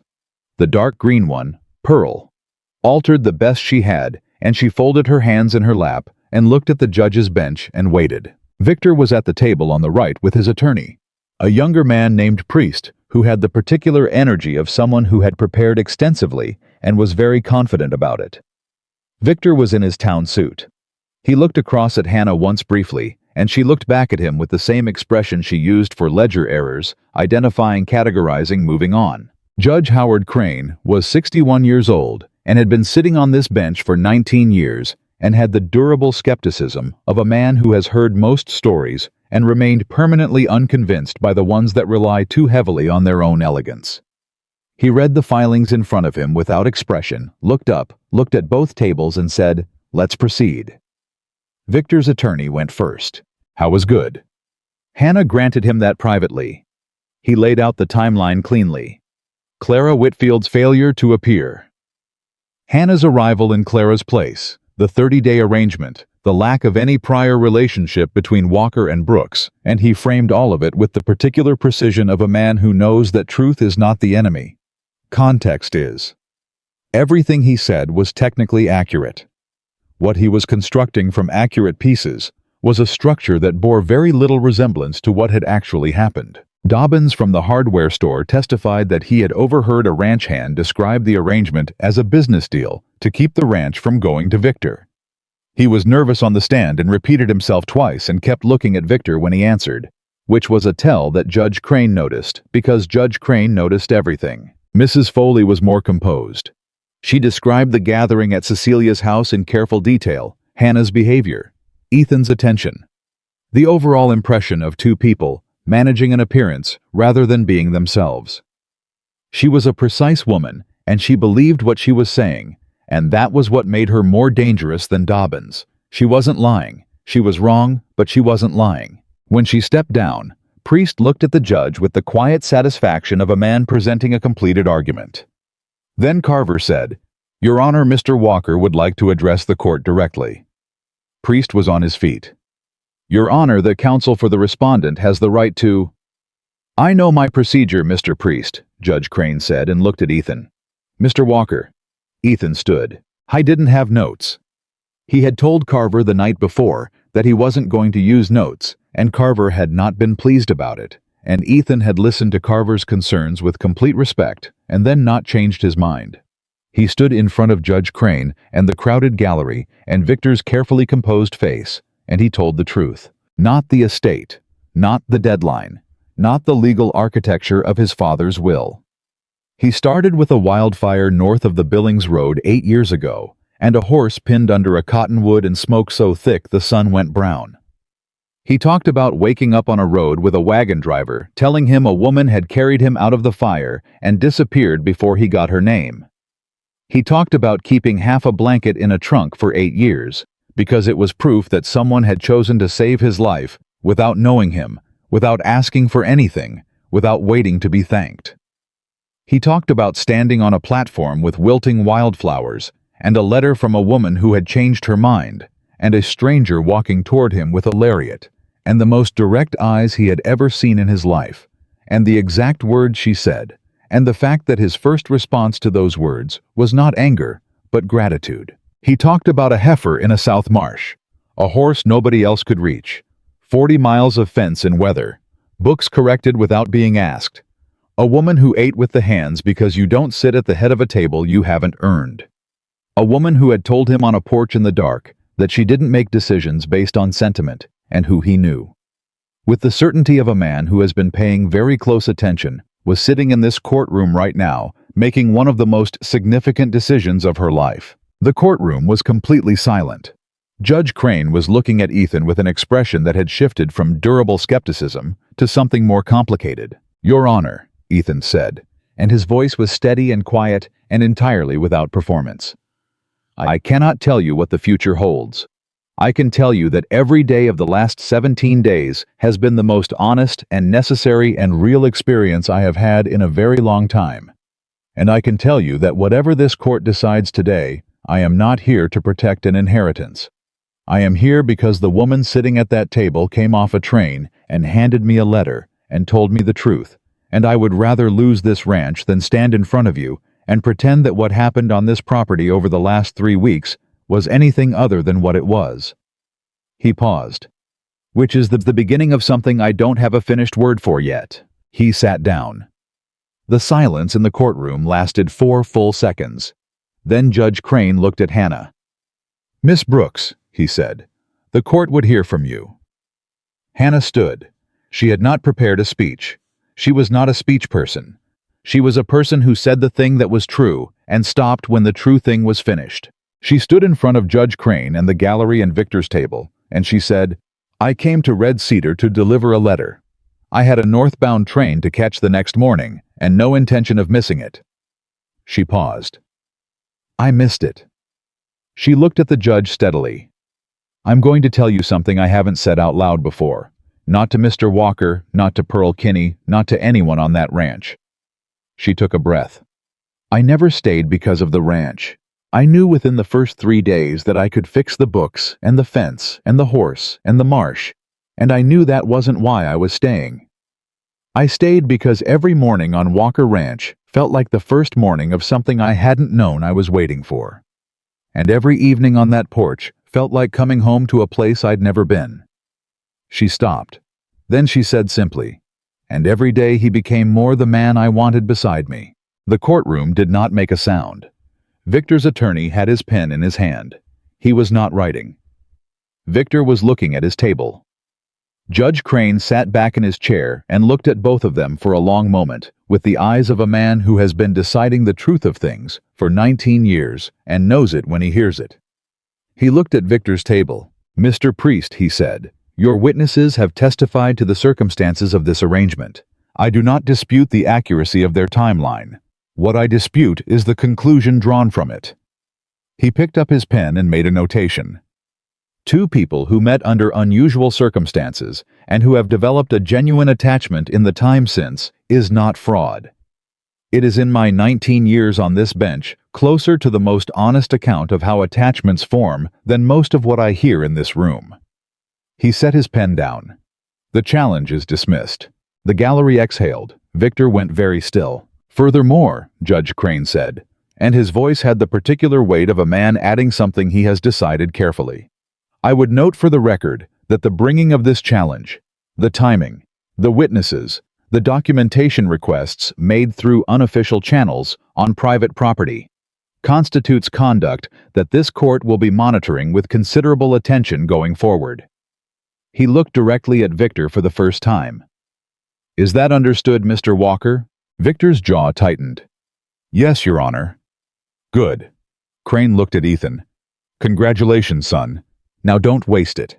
He stood. Everyone stood. And then the room broke open into the sound of 30 people deciding what they thought about what they had just witnessed, which was, depending on who you asked, the most romantic thing that had happened in Red Cedar County in a decade, a clear win for honest dealing over inheritance maneuvering, or definitive proof that Judge Crane was getting more sentimental in his old age. Pearl was in the gallery. Hannah had not known she was there until she stood and found her 3 rows back with her arms folded and her face in the precise configuration of a woman who has been proven right about something she never had any doubt about. Hannah looked at her. Pearl unfolded her arms and gave a single firm nod. That was all. But it was Pearl, and it was everything. Outside on the courthouse steps, the county arranged itself around them in the way that counties arrange themselves when something has shifted. People coming to congratulate Ethan, to introduce themselves to Hannah, with the recalibrated warmth of people who have just watched someone be seen clearly and are adjusting their initial assessment accordingly. Hannah shook hands and said thank you, and meant it, and did not feel entirely like herself, which was not necessarily a bad thing. She felt like a person in the process of becoming someone slightly larger than she had been when she walked in. And that was uncomfortable, the way all growing is uncomfortable. And she was going to have to think about it later when there weren't 30 people and a Montana summer day around her. Victor came out of the courthouse after most people had gone. He looked at Ethan. He did not look at Hannah. This isn't over, he said quietly to Ethan. Ethan looked at his cousin for a long moment. Not with anger, not with triumph. With the particular quality of a man looking at something he has understood for a long time and is tired of having to manage. Victor, he said, you've been fighting this ranch since the day my father died. You're going to lose. He said it without cruelty, just the flat delivery of a final fact. Go home. Victor looked at Hannah, then just briefly, and what was in his face was something she hadn't expected. Not anger, not calculation, but something closer to a man recognizing that he has misjudged something significant and doesn't know yet what to do with that recognition. Then he walked to his horse and rode toward Billings, and the dust settled behind him, and Hannah stood on the courthouse steps and looked at the mountains, and they were the same mountains. They had always been enormous and blue and indifferent, and somehow today, that felt less like indifference and more like permanence. Ethan came and stood beside her. He didn't say anything.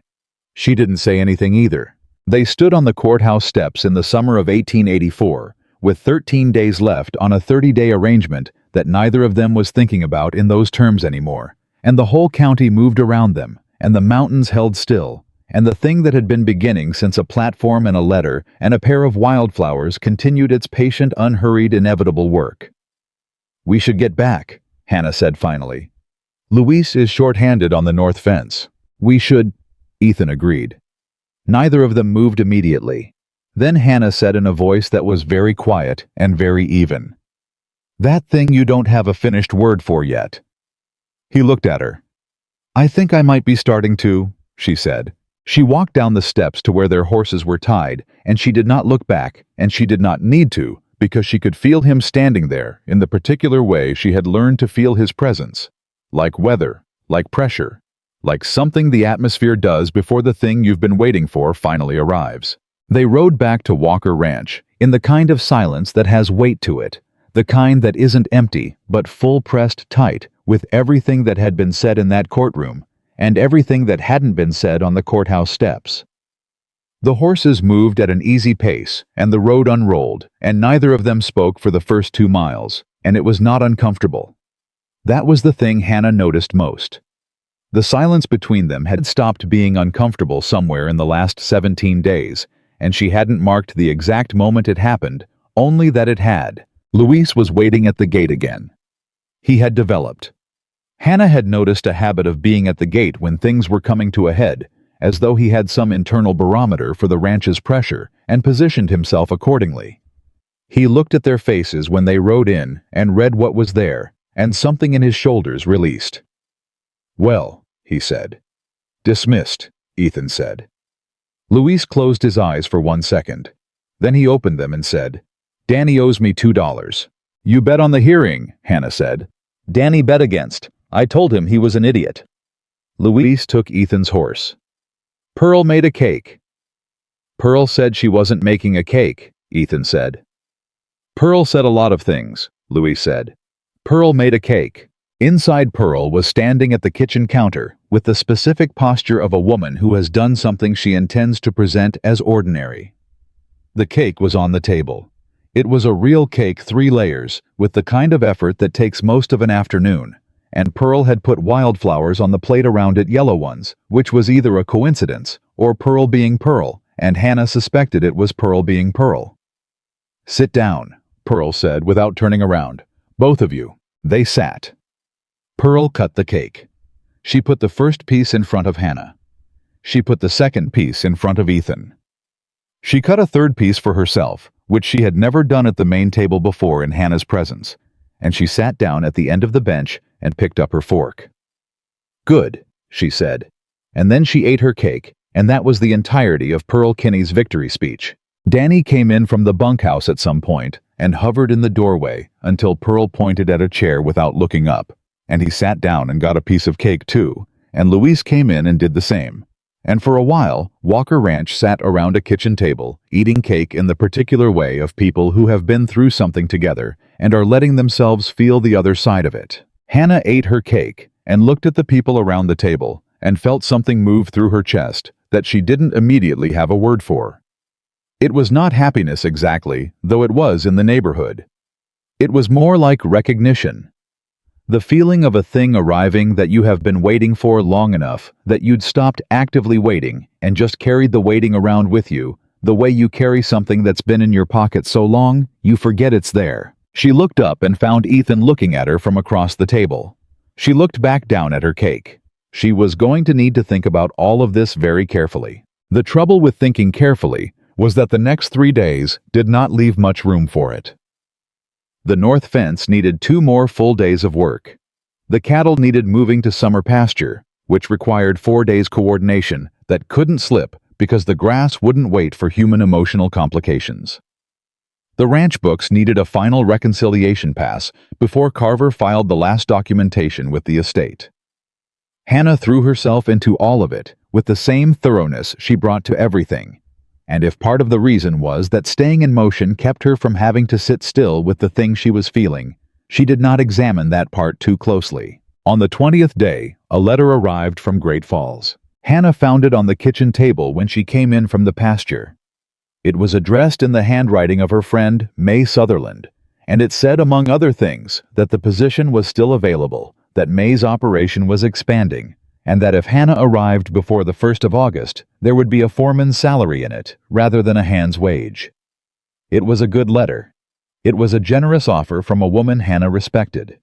She read it twice, standing at the kitchen table with trail dust still on her coat, and then she set it down and went to wash up and thought about it the way you think about something you're not ready to think about yet.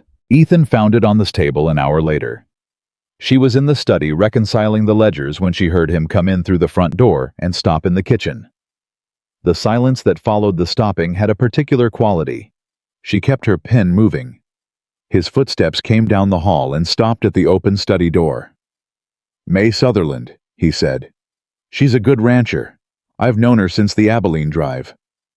Hannah did not look up from the ledger. "She's offering foreman wages." Ethan was quiet for a moment. She heard him come into the room. He sat down in the chair across from the desk, the one she usually sat in when she brought him the books, and he was quiet long enough that she finally looked up. His face was doing several things at once, none of which he was trying to hide, which was unusual. Ethan Walker was a man who had spent a significant portion of his life managing his face. 10 days, he said. 10 days, she agreed. "And you haven't decided?" It was not a question.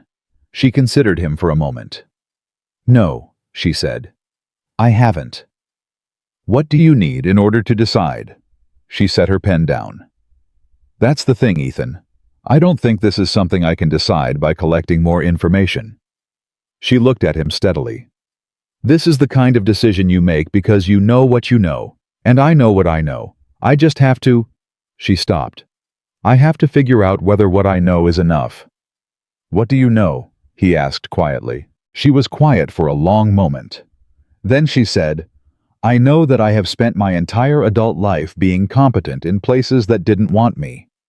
And I know that this ranch wanted me before you did, which sounds strange, but it's true.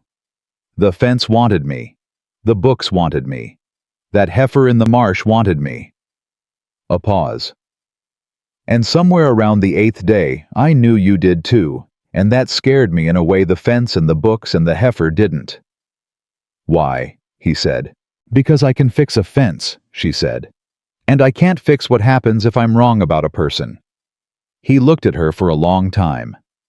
The lamp between them was burning low, and the study was full of the evening quiet of a house that has been worked hard all day and is settling into rest, and the 2 pieces of saddle blanket were still on the corner of the desk, where they'd been since the night she found them. You're not wrong, he said. She looked at him. About me, he said. You're not wrong. She held his gaze for a moment. Then she picked up her pen. I know, she said. I told you. I know what I know. She opened the ledger. Let me finish the books. He stood up. At the door he stopped. Turnabout, she thought, almost amused. They were always stopping at each other's doors. Hannah, he said. Ethan. Don't answer May Sutherland's letter yet. She looked at her ledger. I wasn't planning to, she said. She heard him exhale. Just slightly. The exhale of a man who has been holding something and has just been given permission to put it down temporarily. He went to bed. She finished the books. Victor's next move came on the 22nd day, and it came from a direction none of them had anticipated, which was the specific signature of Victor Walker, operating at the edge of desperation. Not the county court this time. A territorial attorney brought in from Helena, filing a challenge not to Ethan's compliance with the estate terms, but to the estate terms themselves, arguing that the marriage clause in the original will was legally unenforceable under territorial property law, and that the entire estate should therefore revert to equal partition between Ethan and Victor. Carver sent a rider out to the ranch at 7 in the morning. Hannah read the filing summary over Ethan's shoulder at the breakfast table. Pearl hovered near the stove with the particular stillness of a woman who is not going to be useful in a legal argument, but intends to remain present for moral reasons. He's not trying to prove fraud anymore, Hannah said. No, Ethan said. He's trying to undo the whole thing, the will itself.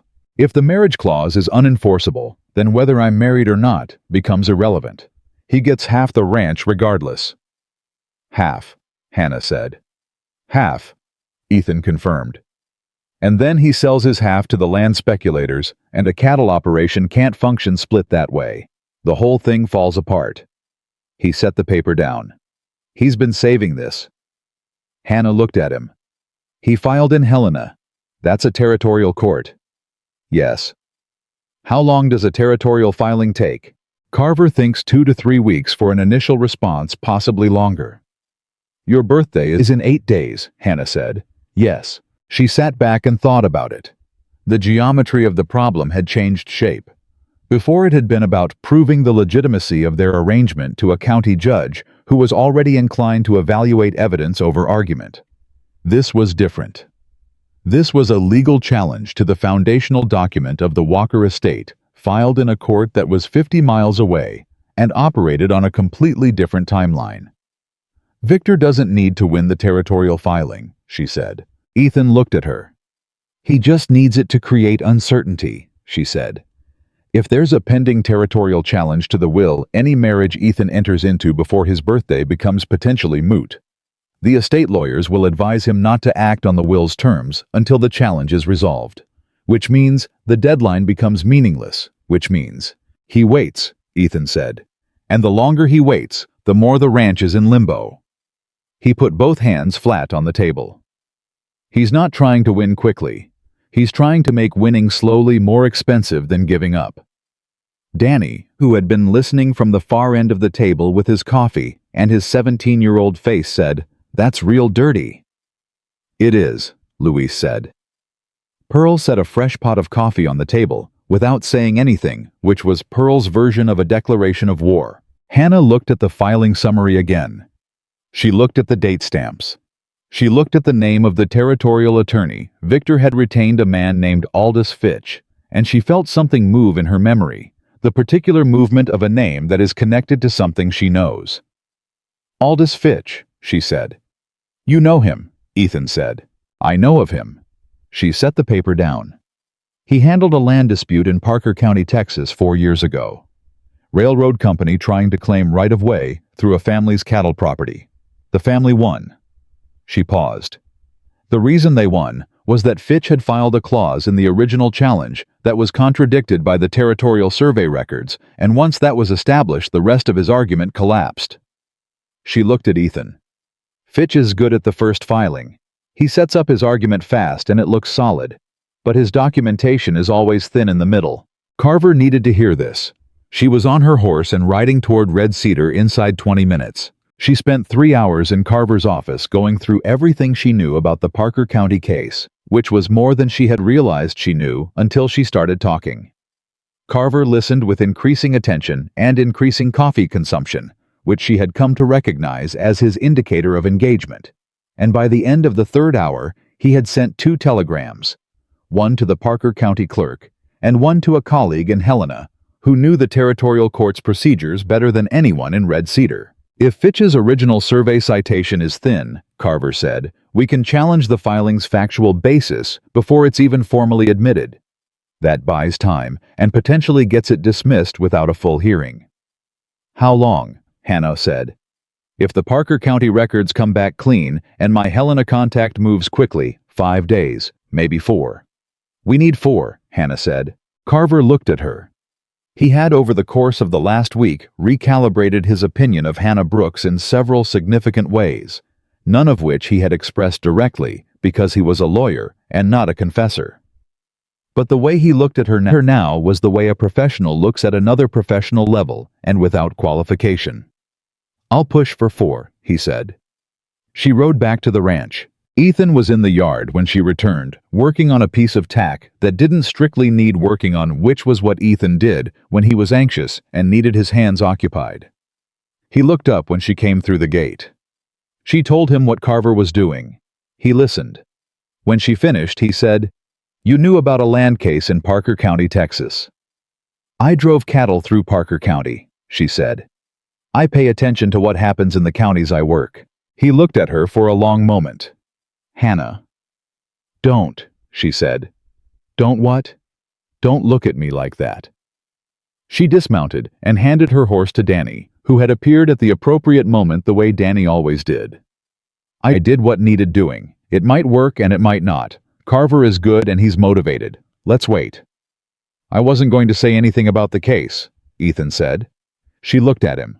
"I was going to say," he said quietly, "that I have been thinking about what you said in the study, about knowing what you know. And I think—" He stopped, started again. "I think the hardest thing is not knowing the right thing. The hardest thing is knowing the right thing and being afraid to trust it." Hannah stood very still. "Because I know what I know," he said. "I've known it since the platform. I've known it more clearly every day since then. And I'm not asking you for an answer. Hannah, I'm not. I know you'll get there in your own time and your own way, and that's right. But I needed you to know that on my side of this, there is no uncertainty." He held her gaze. "None." The yard was quiet around them. Somewhere in the barn, a horse shifted and settled. Hannah looked at him for a long moment. "Go finish your tack," she said, his mouth curved. "Yes, ma'am." "Ethan." He stopped. "I know," she said. He looked at her. And something in his face, the part he'd been managing for the last 3 weeks, just stopped managing. Just for a moment. Just long enough. Then he went back to the tack. Hannah went inside and found Pearl in the kitchen, and Pearl looked at her face and said nothing, which was the most eloquent thing Pearl Kinney had ever communicated, and Hannah sat down at the table, and Pearl put coffee in front of her without being asked. And they sat together in the kitchen of Walker Ranch while the 22nd day moved toward evening, and the horses settled in the corral, and somewhere in Helena, a territorial attorney's carefully constructed filing was about to meet the documented truth of a Parker County land record. The response from Parker County came on the 24th day. Carver's rider reached the ranch at mid-morning with a sealed envelope, and Hannah and Ethan read Carver's summary together at the kitchen table, standing up shoulder to shoulder, which they had stopped pretending not to do. The Parker County clerk's records confirmed every detail Hannah had remembered. Fitch's original survey citation in the Texas case had referenced a territorial boundary marker that had been revised 3 years prior to his filing date, which meant his entire foundational argument had been built on an outdated document. Carver's Helena contact had confirmed that the same Fitch methodology, fast-filing thin middle documentation, appeared in every territorial challenge the man had mounted. Carver had filed a factual challenge to the Helena court at 7 that morning. "He thinks we'll have a response by Friday," Ethan said. Friday was the 27th day. Ethan's birthday was the 30th. Hannah did the math. She had been doing the math continuously for days, the way you do when the margin is thin enough that every hour counts. 3 days, she said. 3 days, he confirmed. She straightened up. Then we worked the ranch for 3 days. He looked at her. That's your plan. The court will do what the court does. Carver will do what Carver does. What we can control is this ranch, and this ranch needs its north pasture. Checked after the cattle move, and the water trough in the south field has a crack that Danny's been putting off for a week. She picked up her hat. Work is the plan. All right, he said. Work is the plan. But on the evening of the 25th day, something happened that no amount of work was going to hold back, because the thing that happened had nothing to do with courts or filings or Victor Walker's hired attorneys in Helena. What happened was that Pearl Kinney slipped on the wet kitchen floor at 6 in the evening and went down hard and came up with a wrist that was bent in a direction. Wrists are not designed to bend. Hannah heard the crash from the yard and was through the kitchen door in 15 seconds.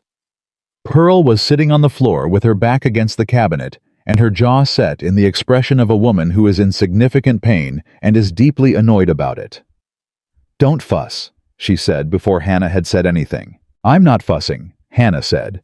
She was already crouching beside her reading the wrist with the careful hands of a woman who had set bones in field conditions, because on a cattle drive, you don't always have the luxury of a doctor. "Is it broken?" Pearl said. "I think so. Possibly just a bad sprain. Either way, you need a doctor." "I don't need..." Pearl. Hannah looked at her directly. "Let me help you." Pearl closed her mouth.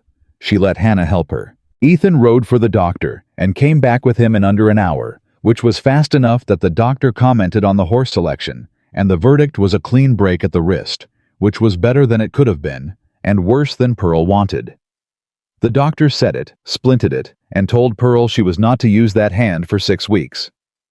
Pearl's response to this was not printable. After the doctor left, Hannah sat with Pearl in her room, which Pearl had never allowed before, and which was evidence Hannah understood that Pearl Kinney was more shaken than she was willing to say. Pearl sat on the edge of her bed with her splinted wrist in her lap and her face doing the careful work of not showing what it was feeling. "I'm not an invalid," Pearl said. "No one said you were. I can still cook with one hand." "You probably can," Hannah agreed. "But you're not doing it tonight." She looked at Pearl directly. "I'm going to take care of supper. And breakfast tomorrow. And you're going to sit in that chair by the window and give me instructions because your instructions are usually better than my instincts in a kitchen." Pearl looked at her. Her jaw worked slightly. "The biscuit flour is on the second shelf," she said finally. "And Ethan takes his coffee without sugar even though he'll reach for the sugar out of habit. Don't let him." "I won't," Hannah said. "And the good skillet is the heavy one, not the light one. Danny always uses the light one." "I'll use the heavy one." Pearl was quiet for a moment. Then she said in a voice that was lower and less managed than her usual register, "You're going to stay." It was not a question. Hannah looked at her hands in her lap. "Pearl, you don't have to tell me. I'm not asking you to tell me. Pearl's voice was quiet, but direct. "I'm an old woman, and I've been in this house for 30 years, and I know what a person looks like when they've found the place they're supposed to be." She paused. "You look like that.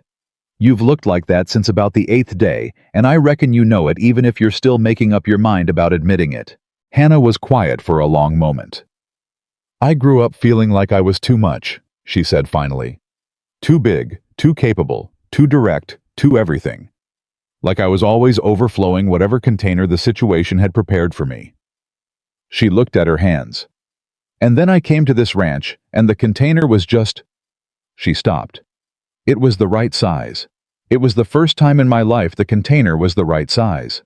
Pearl looked at her for a moment. Then she said, "That's because this house was built by a man who made things big enough to last. Ethan's father was a hard man, but he built for the long term." She shifted her wrist in her lap. "Ethan builds the same way. He just needed someone worth building for." Hannah stood up. She went to the kitchen and made supper following Pearl's instructions through the wall, in a voice that was only slightly managing itself. And when she called the hands in for supper and put the food on the table and looked around at Luis and Danny and the 2 other hands and the empty chair where Pearl usually sat, something in her chest did the thing it had been doing with increasing frequency since the 8th day, that full-weighted feeling. That recognition. She called through the door to Pearl's room. "Supper's on." "How are the biscuits?" Pearl called back. Hannah looked at the biscuits. "Acceptable." "That's not a yes." "Come out and judge for yourself." There was a pause. Then the sound of Pearl getting herself up and moving. She appeared in the doorway with her splinted wrist and looked at the biscuits on the table with the professional skepticism of a woman whose biscuits had never been less than excellent. She sat down. She tried a biscuit. "Acceptable," she said. Danny started to say something. Luis stopped him with a look. Ethan, who had come in from washing up and taken his seat at the head of the table, looked at Hannah across the food and the people and the ordinary, extraordinary fact of supper at Walker Ranch, and said nothing, and meant everything. The response from the Helena court came on the morning of the 27th day. Carver's rider arrived before Hannah had finished her first cup of coffee, and this time the envelope was thicker, which was either good or very bad. And she opened it at the kitchen table with Ethan beside her, and Pearl in her chair by the window, and Luis in the doorway, because Luis always knew when to be in a doorway. Fitch's filing had been rejected. Not suspended, not delayed, not sent back for additional documentation. Rejected. The Helena court had examined Carver's factual challenge and found it sufficient to dismiss the filing on the grounds that Fitch's foundational survey reference was demonstrably inaccurate, and therefore the entire challenge lacked the evidentiary basis required for a territorial hearing. The Walker estate documents stood unchanged. The marriage clause was intact. Ethan had 3 days. Pearl said, "There's the good Lord."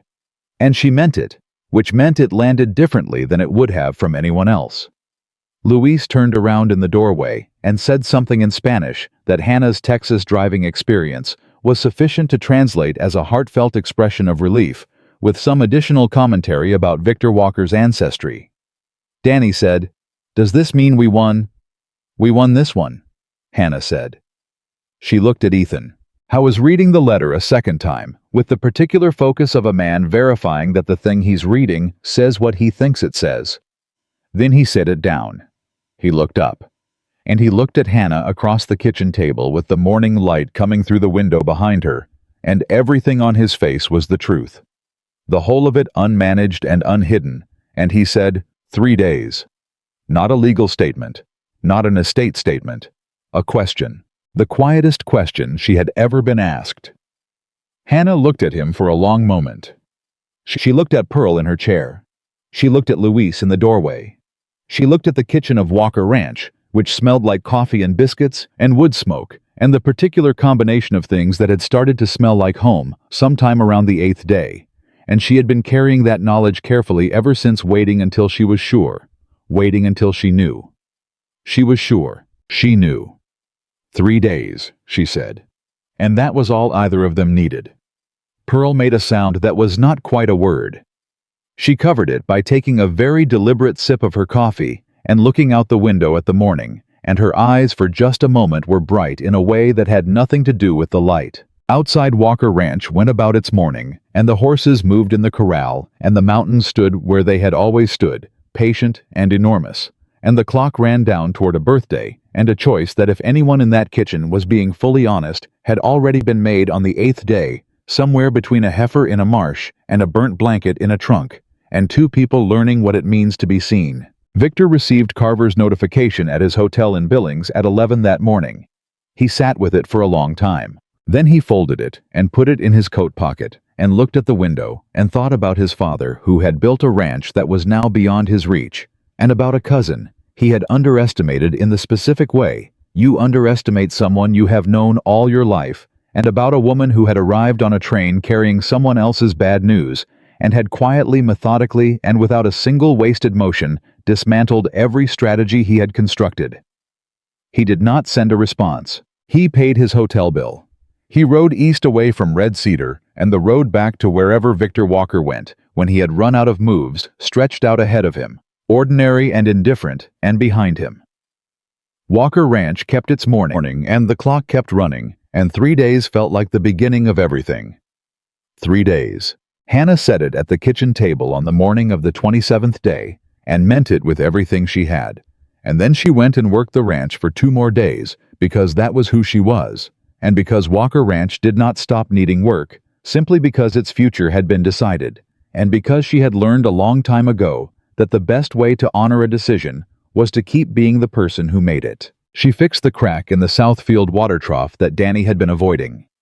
She rode the north pasture perimeter with Louise and confirmed the cattle had settled well after the move. She sat with the ledgers one final time and brought them completely current. Every entry reconciled, every account balanced, and she left a detailed notation system at the front of the ledger book that anyone could follow, including Ethan, when she wasn't at the desk beside him. Then she put her pen down and looked at what she'd written and understood quietly and completely that she was not writing instructions for someone else. She was writing for herself. For the version of herself that would be sitting at this desk in 6 months and a year and 10 years, still keeping the books of Walker Ranch, still fixing what needed fixing, still waking up in the morning with those mountains outside the window, and that man at the breakfast table, and Pearl's cast iron going on the stove at 5. She closed the ledger. She sat in the study for a moment, in the particular quiet of a room that holds the shape of a life. Then she went to find Ethan. He was at the cottonwood tree, the big one, at the eastern edge of the main yard, the one that had been there longer than the ranch house longer, probably than the Walker family's presence in Montana, its roots sunk so deep into the land that it had survived every flood and fire and hard winter this country could produce, and was still standing enormous and unhurried, casting the kind of shade that takes decades to build. Howe was not doing anything in particular. He was standing at the base of it with one hand against the bark, looking at nothing specific in the way of a man who is thinking with his whole body, and not just his head. Hannah walked across the yard and stopped beside him. She didn't say anything immediately. Neither did he. "This is where my father used to come," Ethan said finally, when something was bothering him. He said the tree was old enough to have perspective. "Does it help?" Hannah said. "It helps that something has been here long enough not to be worried," he said. "It provides a kind of context." Hannah looked at the tree for a moment. "My father used to go to the river," she said. "He said moving water was the only thing that thawed as fast as a problem." Ethan looked at her. "Did it help?" he said. "It helped that the river didn't care about the problem," she said. "Same principle." She paused. "Different landscape." Howe was quiet for a moment. "Hannah," he said. "I know," she said. "I haven't asked you yet." "I know. I'd like to." She turned and looked at him, and he was looking at her, the way he had looked at her since the platform, directly, steadily, without managing any part of it. His hat was in his hand. She had noticed he did, that took his hat off in moments that mattered to him, and she had filed that detail away early and kept it carefully. The same way she had kept 100 other details of this man over the last 25 days. All of them adding up to the picture she had been drawing since the 8th day, and had finally on the morning of the 27th stopped pretending she wasn't drawing. "Then ask me," she said. He looked at her for one more moment. Then he said, I know you didn't come here to stay. I know Great Falls is waiting, and May Sutherland's offer, and everything north of this county that you were heading toward. I know you are the kind of woman who builds things from nothing and could do it anywhere. I know you don't need this ranch, and you don't need me, and you have never needed anybody to hand you a thing in your entire life." He paused. "I am asking you to stay anyway. Not because of the estate, not because of the birthday, not because of any deadline my father put on paper." He held her gaze. "I'm asking you because this ranch is right-sized for you, and I think I might be too, and because I kept half a burnt blanket for 8 years, because some part of me knew that when I found the person who stitched it, I was going to have to be brave enough to say so." The cottonwood moved above them, just slightly. The wind that comes off Montana mountains in summer, warm and slow, with the smell of grass in it. Hannah looked at him. "Yes," she said, "just that. No conditions, no qualifications, no footnotes." She had spent enough of her life calculating the margins of things. This was not a marginal thing. This was the whole of it. Ethan exhaled. It was not a dramatic exhale. It was the exhale of a man who has been holding something for 25 days for 8 years maybe, and has just been told he can put it down. It was quiet and real, and it was the most genuine thing she had heard from him yet, and she had heard a great deal of genuine things. He took her hand. He did it the same way he had done it on the platform, steadily, openly, with the respect of a man who understood the weight of the gesture. Her hand in his was not small. Her hands were working hands scarred at the knuckles from wire and weather, wide-palmed and capable, and he held them like they were exactly what he'd been looking for. She let him. "We should tell Pearl," she said. "Pearl knows," he said. "Pearl always knows." Hannah agreed. They stood under the cottonwood for another minute, just standing, his hand around hers, the mountains behind the tree line, the ranch going about its morning around them, ordinary and extraordinary simultaneously. Then Hannah said, "We still have the south fence gate to rehang. Danny keeps letting it drag, and it's going to come off the post." "It is," he agreed. So, he said. She squeezed his hand once. She let go. She put her hat back on. "Birthday's in 3 days," she said. "We should probably talk to the county reverend before then." "I'll ride in this afternoon," Ethan said. "Good." She looked at him one more time, just briefly, just the look that said everything that didn't need words. "Go fix the gate, Ethan." He smiled. "Yes, ma'am." Pearl cried. She did it privately in her room for approximately 4 minutes, and then she came out to the kitchen with completely dry eyes and began planning with the focused energy of a woman who has been waiting for a specific occasion and has strong opinions about it. She sent Danny to the dry goods store with a list. She went through her recipe box with her good hand and her splinted wrist and made decisions. She looked at Hannah once across the kitchen and said, "The east bedroom curtains need washing," which was her way of saying "you're home." Hannah washed the curtains. Luis, when Ethan told him, shook his hand for a long time without saying anything, and then clapped him once on the shoulder hard, and walked back to the barn. Danny made the mistake of cheering loudly, and Pearl told him to be useful or be elsewhere, which sent him to the dry goods store a second time for things Pearl had forgotten the first time. The county reverend was a practical man named Briggs, who had performed 17 marriages in Red Cedar County, and who received Ethan's request on the afternoon of the 28th with the unsurprised calm of someone who had heard the general outline of the Walker situation from multiple sources and was pleased to be getting the better version of how it ended. "Saturday," Ethan said. "The 30th, under the cottonwood." "Noon," Reverend Briggs said. "Noon," Ethan confirmed. Briggs wrote it in his book. "I'll be there," he said. He paused. "For what it's worth, Mr. Walker, I heard what you said in that courtroom. About the fire and the blanket and everything else." He looked at Ethan over his glasses. "That's the kind of thing a man says once in his life if he's lucky. Don't waste it." "I don't intend to," Ethan said. The night before the 30th, Hannah couldn't sleep. This was not anxiety.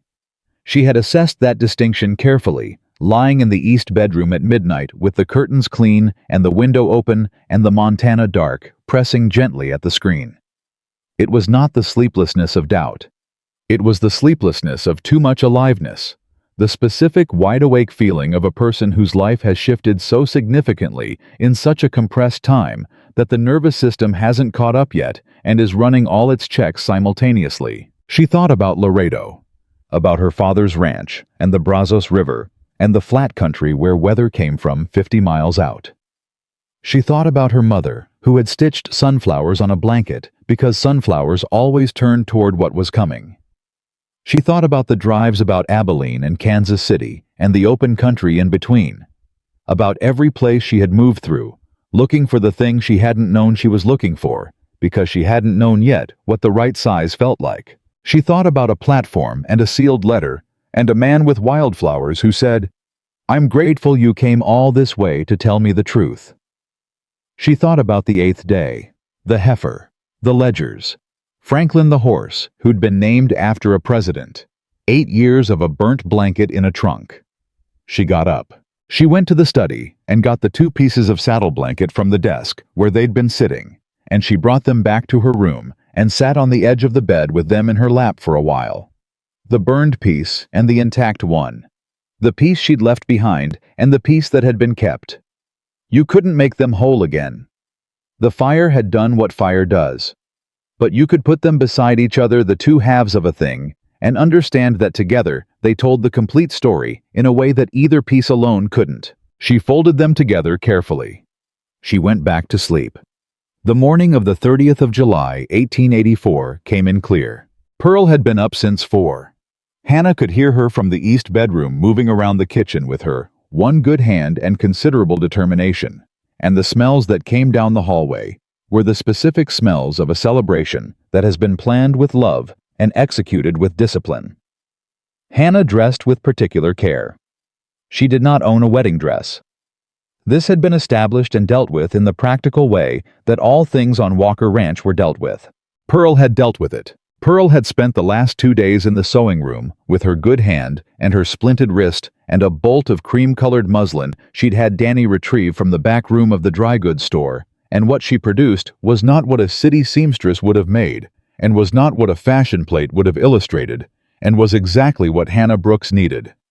It was made for her actual body, not for the body that dress patterns assumed. It fit her shoulders and her arms and her solid waist without apology or concealment. It was simple, and it was well made, and it was hers. Hannah put it on. She stood in front of the small looking-glass in the east bedroom and looked at herself for a moment.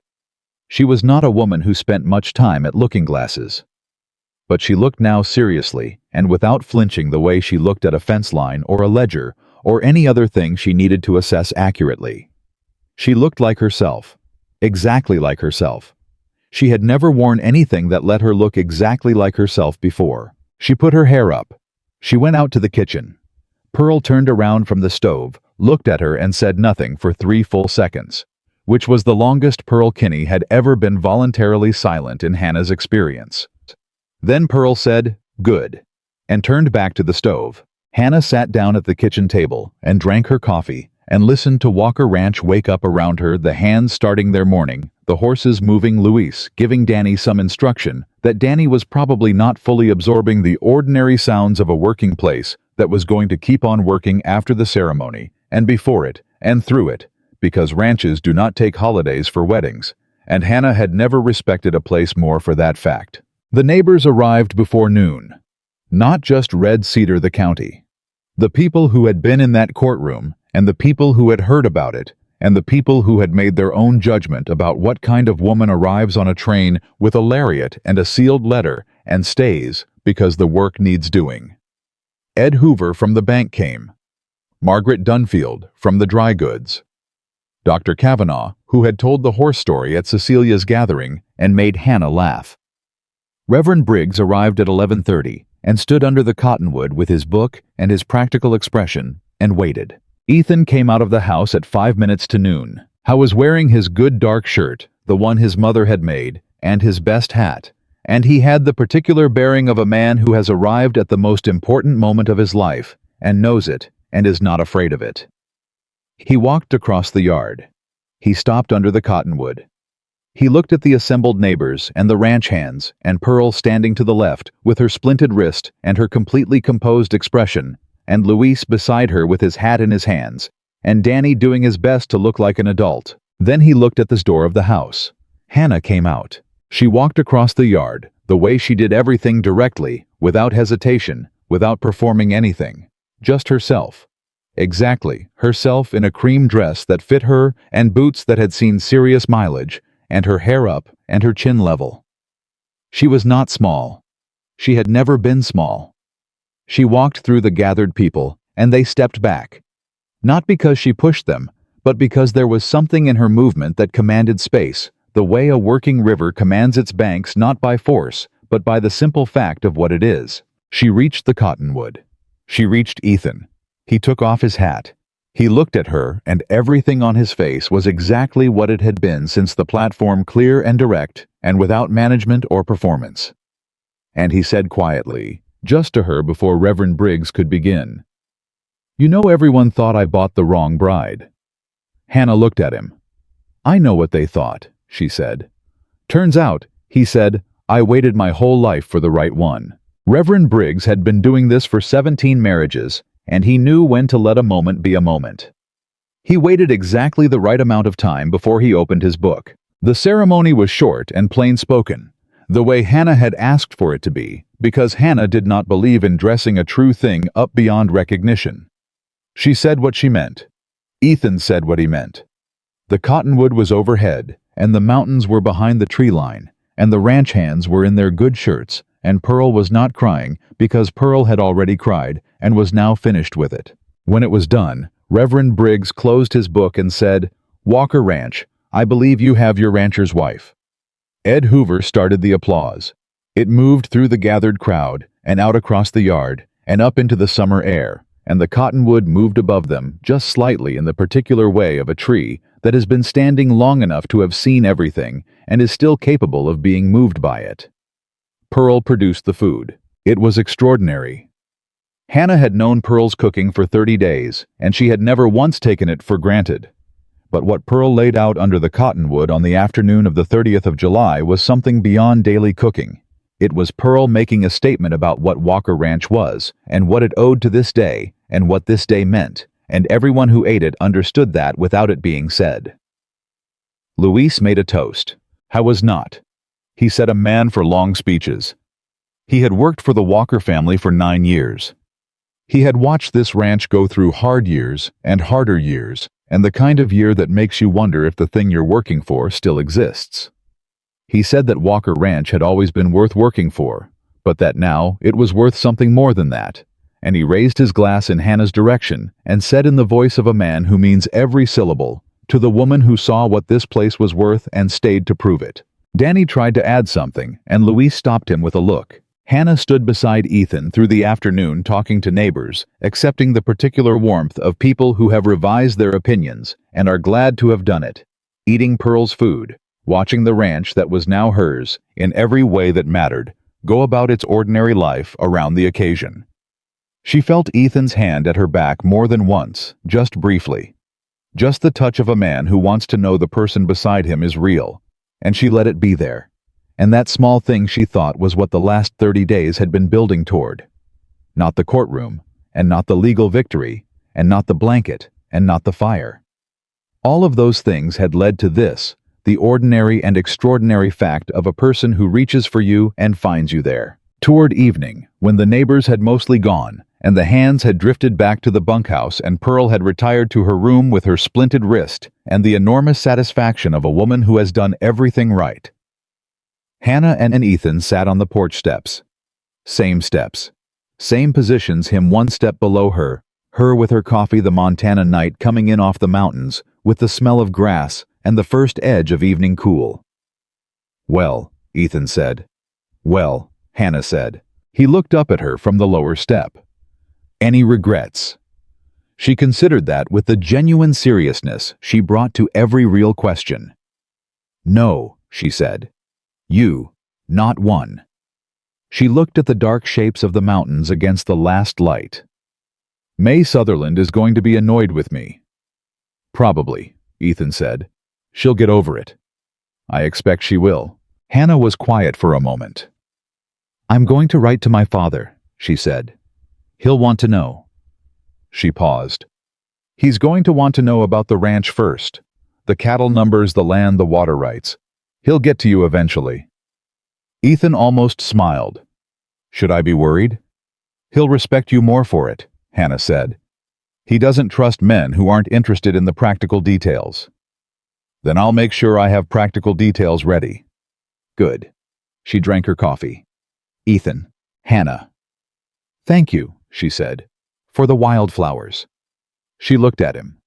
Even the ones that wilted. He was quiet for a moment. Then he said, Thank you for the blanket. He paused. 8 years ago, when I didn't know who you were. She looked at him for a long moment. The arithmetic in her chest had resolved completely. All the calculations she had been running since the platform, since the 8th day, since the porch steps the first time, and the study, and the courtroom, and the cottonwood, all of it had come to the same number, clear and final, and exactly right. You knew, she said. You kept the blanket.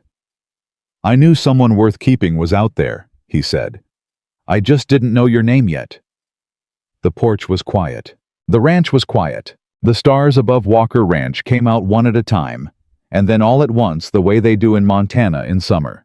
And Hannah Brooks Walker, the wrong bride, the fat cowgirl, the woman. Nobody had expected the woman. Everybody had underestimated, sat on the porch of her home, with her husband, on the step below her, and the mountains behind the tree line, and 30 years of this life still ahead of her. And she was exactly who she had always been, and it was finally exactly enough. In the years that followed, Walker Ranch grew into something that the county told stories about. The cattle operation expanded under Hannah's management into the strongest in 3 counties. The books stayed current. The fences stayed sound. The horses were well handled, and the hands were well paid, and the ranch table fed anyone who showed up hungry, which was Pearl's policy, and which Hannah upheld without modification, because Pearl's policies, she had learned, were correct. People forgot eventually the version of Hannah that Victor Walker had tried to establish. They forgot the woman from the platform who didn't fit what had been expected. What they remembered instead was what she built, what she ran, who she was in the daily practical accumulated evidence of a life fully lived on land she had chosen and work she had made her own. They remembered the woman who saved the ranch. The woman who had saved the rancher's life twice, once in a wildfire, once on a platform, both times without being asked. The woman who had walked across a train station with someone else's bad news and handed it over honestly and changed the whole direction of everything by being exactly, unapologetically, completely herself. Pearl lived to be 81 and ran the Walker kitchen until she was 79, at which point she retired to the chair by the window and gave instructions from there instead, which was essentially the same job with less standing. She never once admitted that Hannah's biscuits had improved even after they clearly had. Louise stayed. Danny grew up. Walker Ranch kept working. And Hannah Walker woke up every morning of her life on that land, with the mountains outside the window and the horses in the corral, and the man beside her who had kept half a burnt blanket in a trunk, because he knew without knowing how he knew that the person who had stitched those sunflowers was someone worth finding. She had turned her face toward what was coming, just like the flowers. And what came was everything.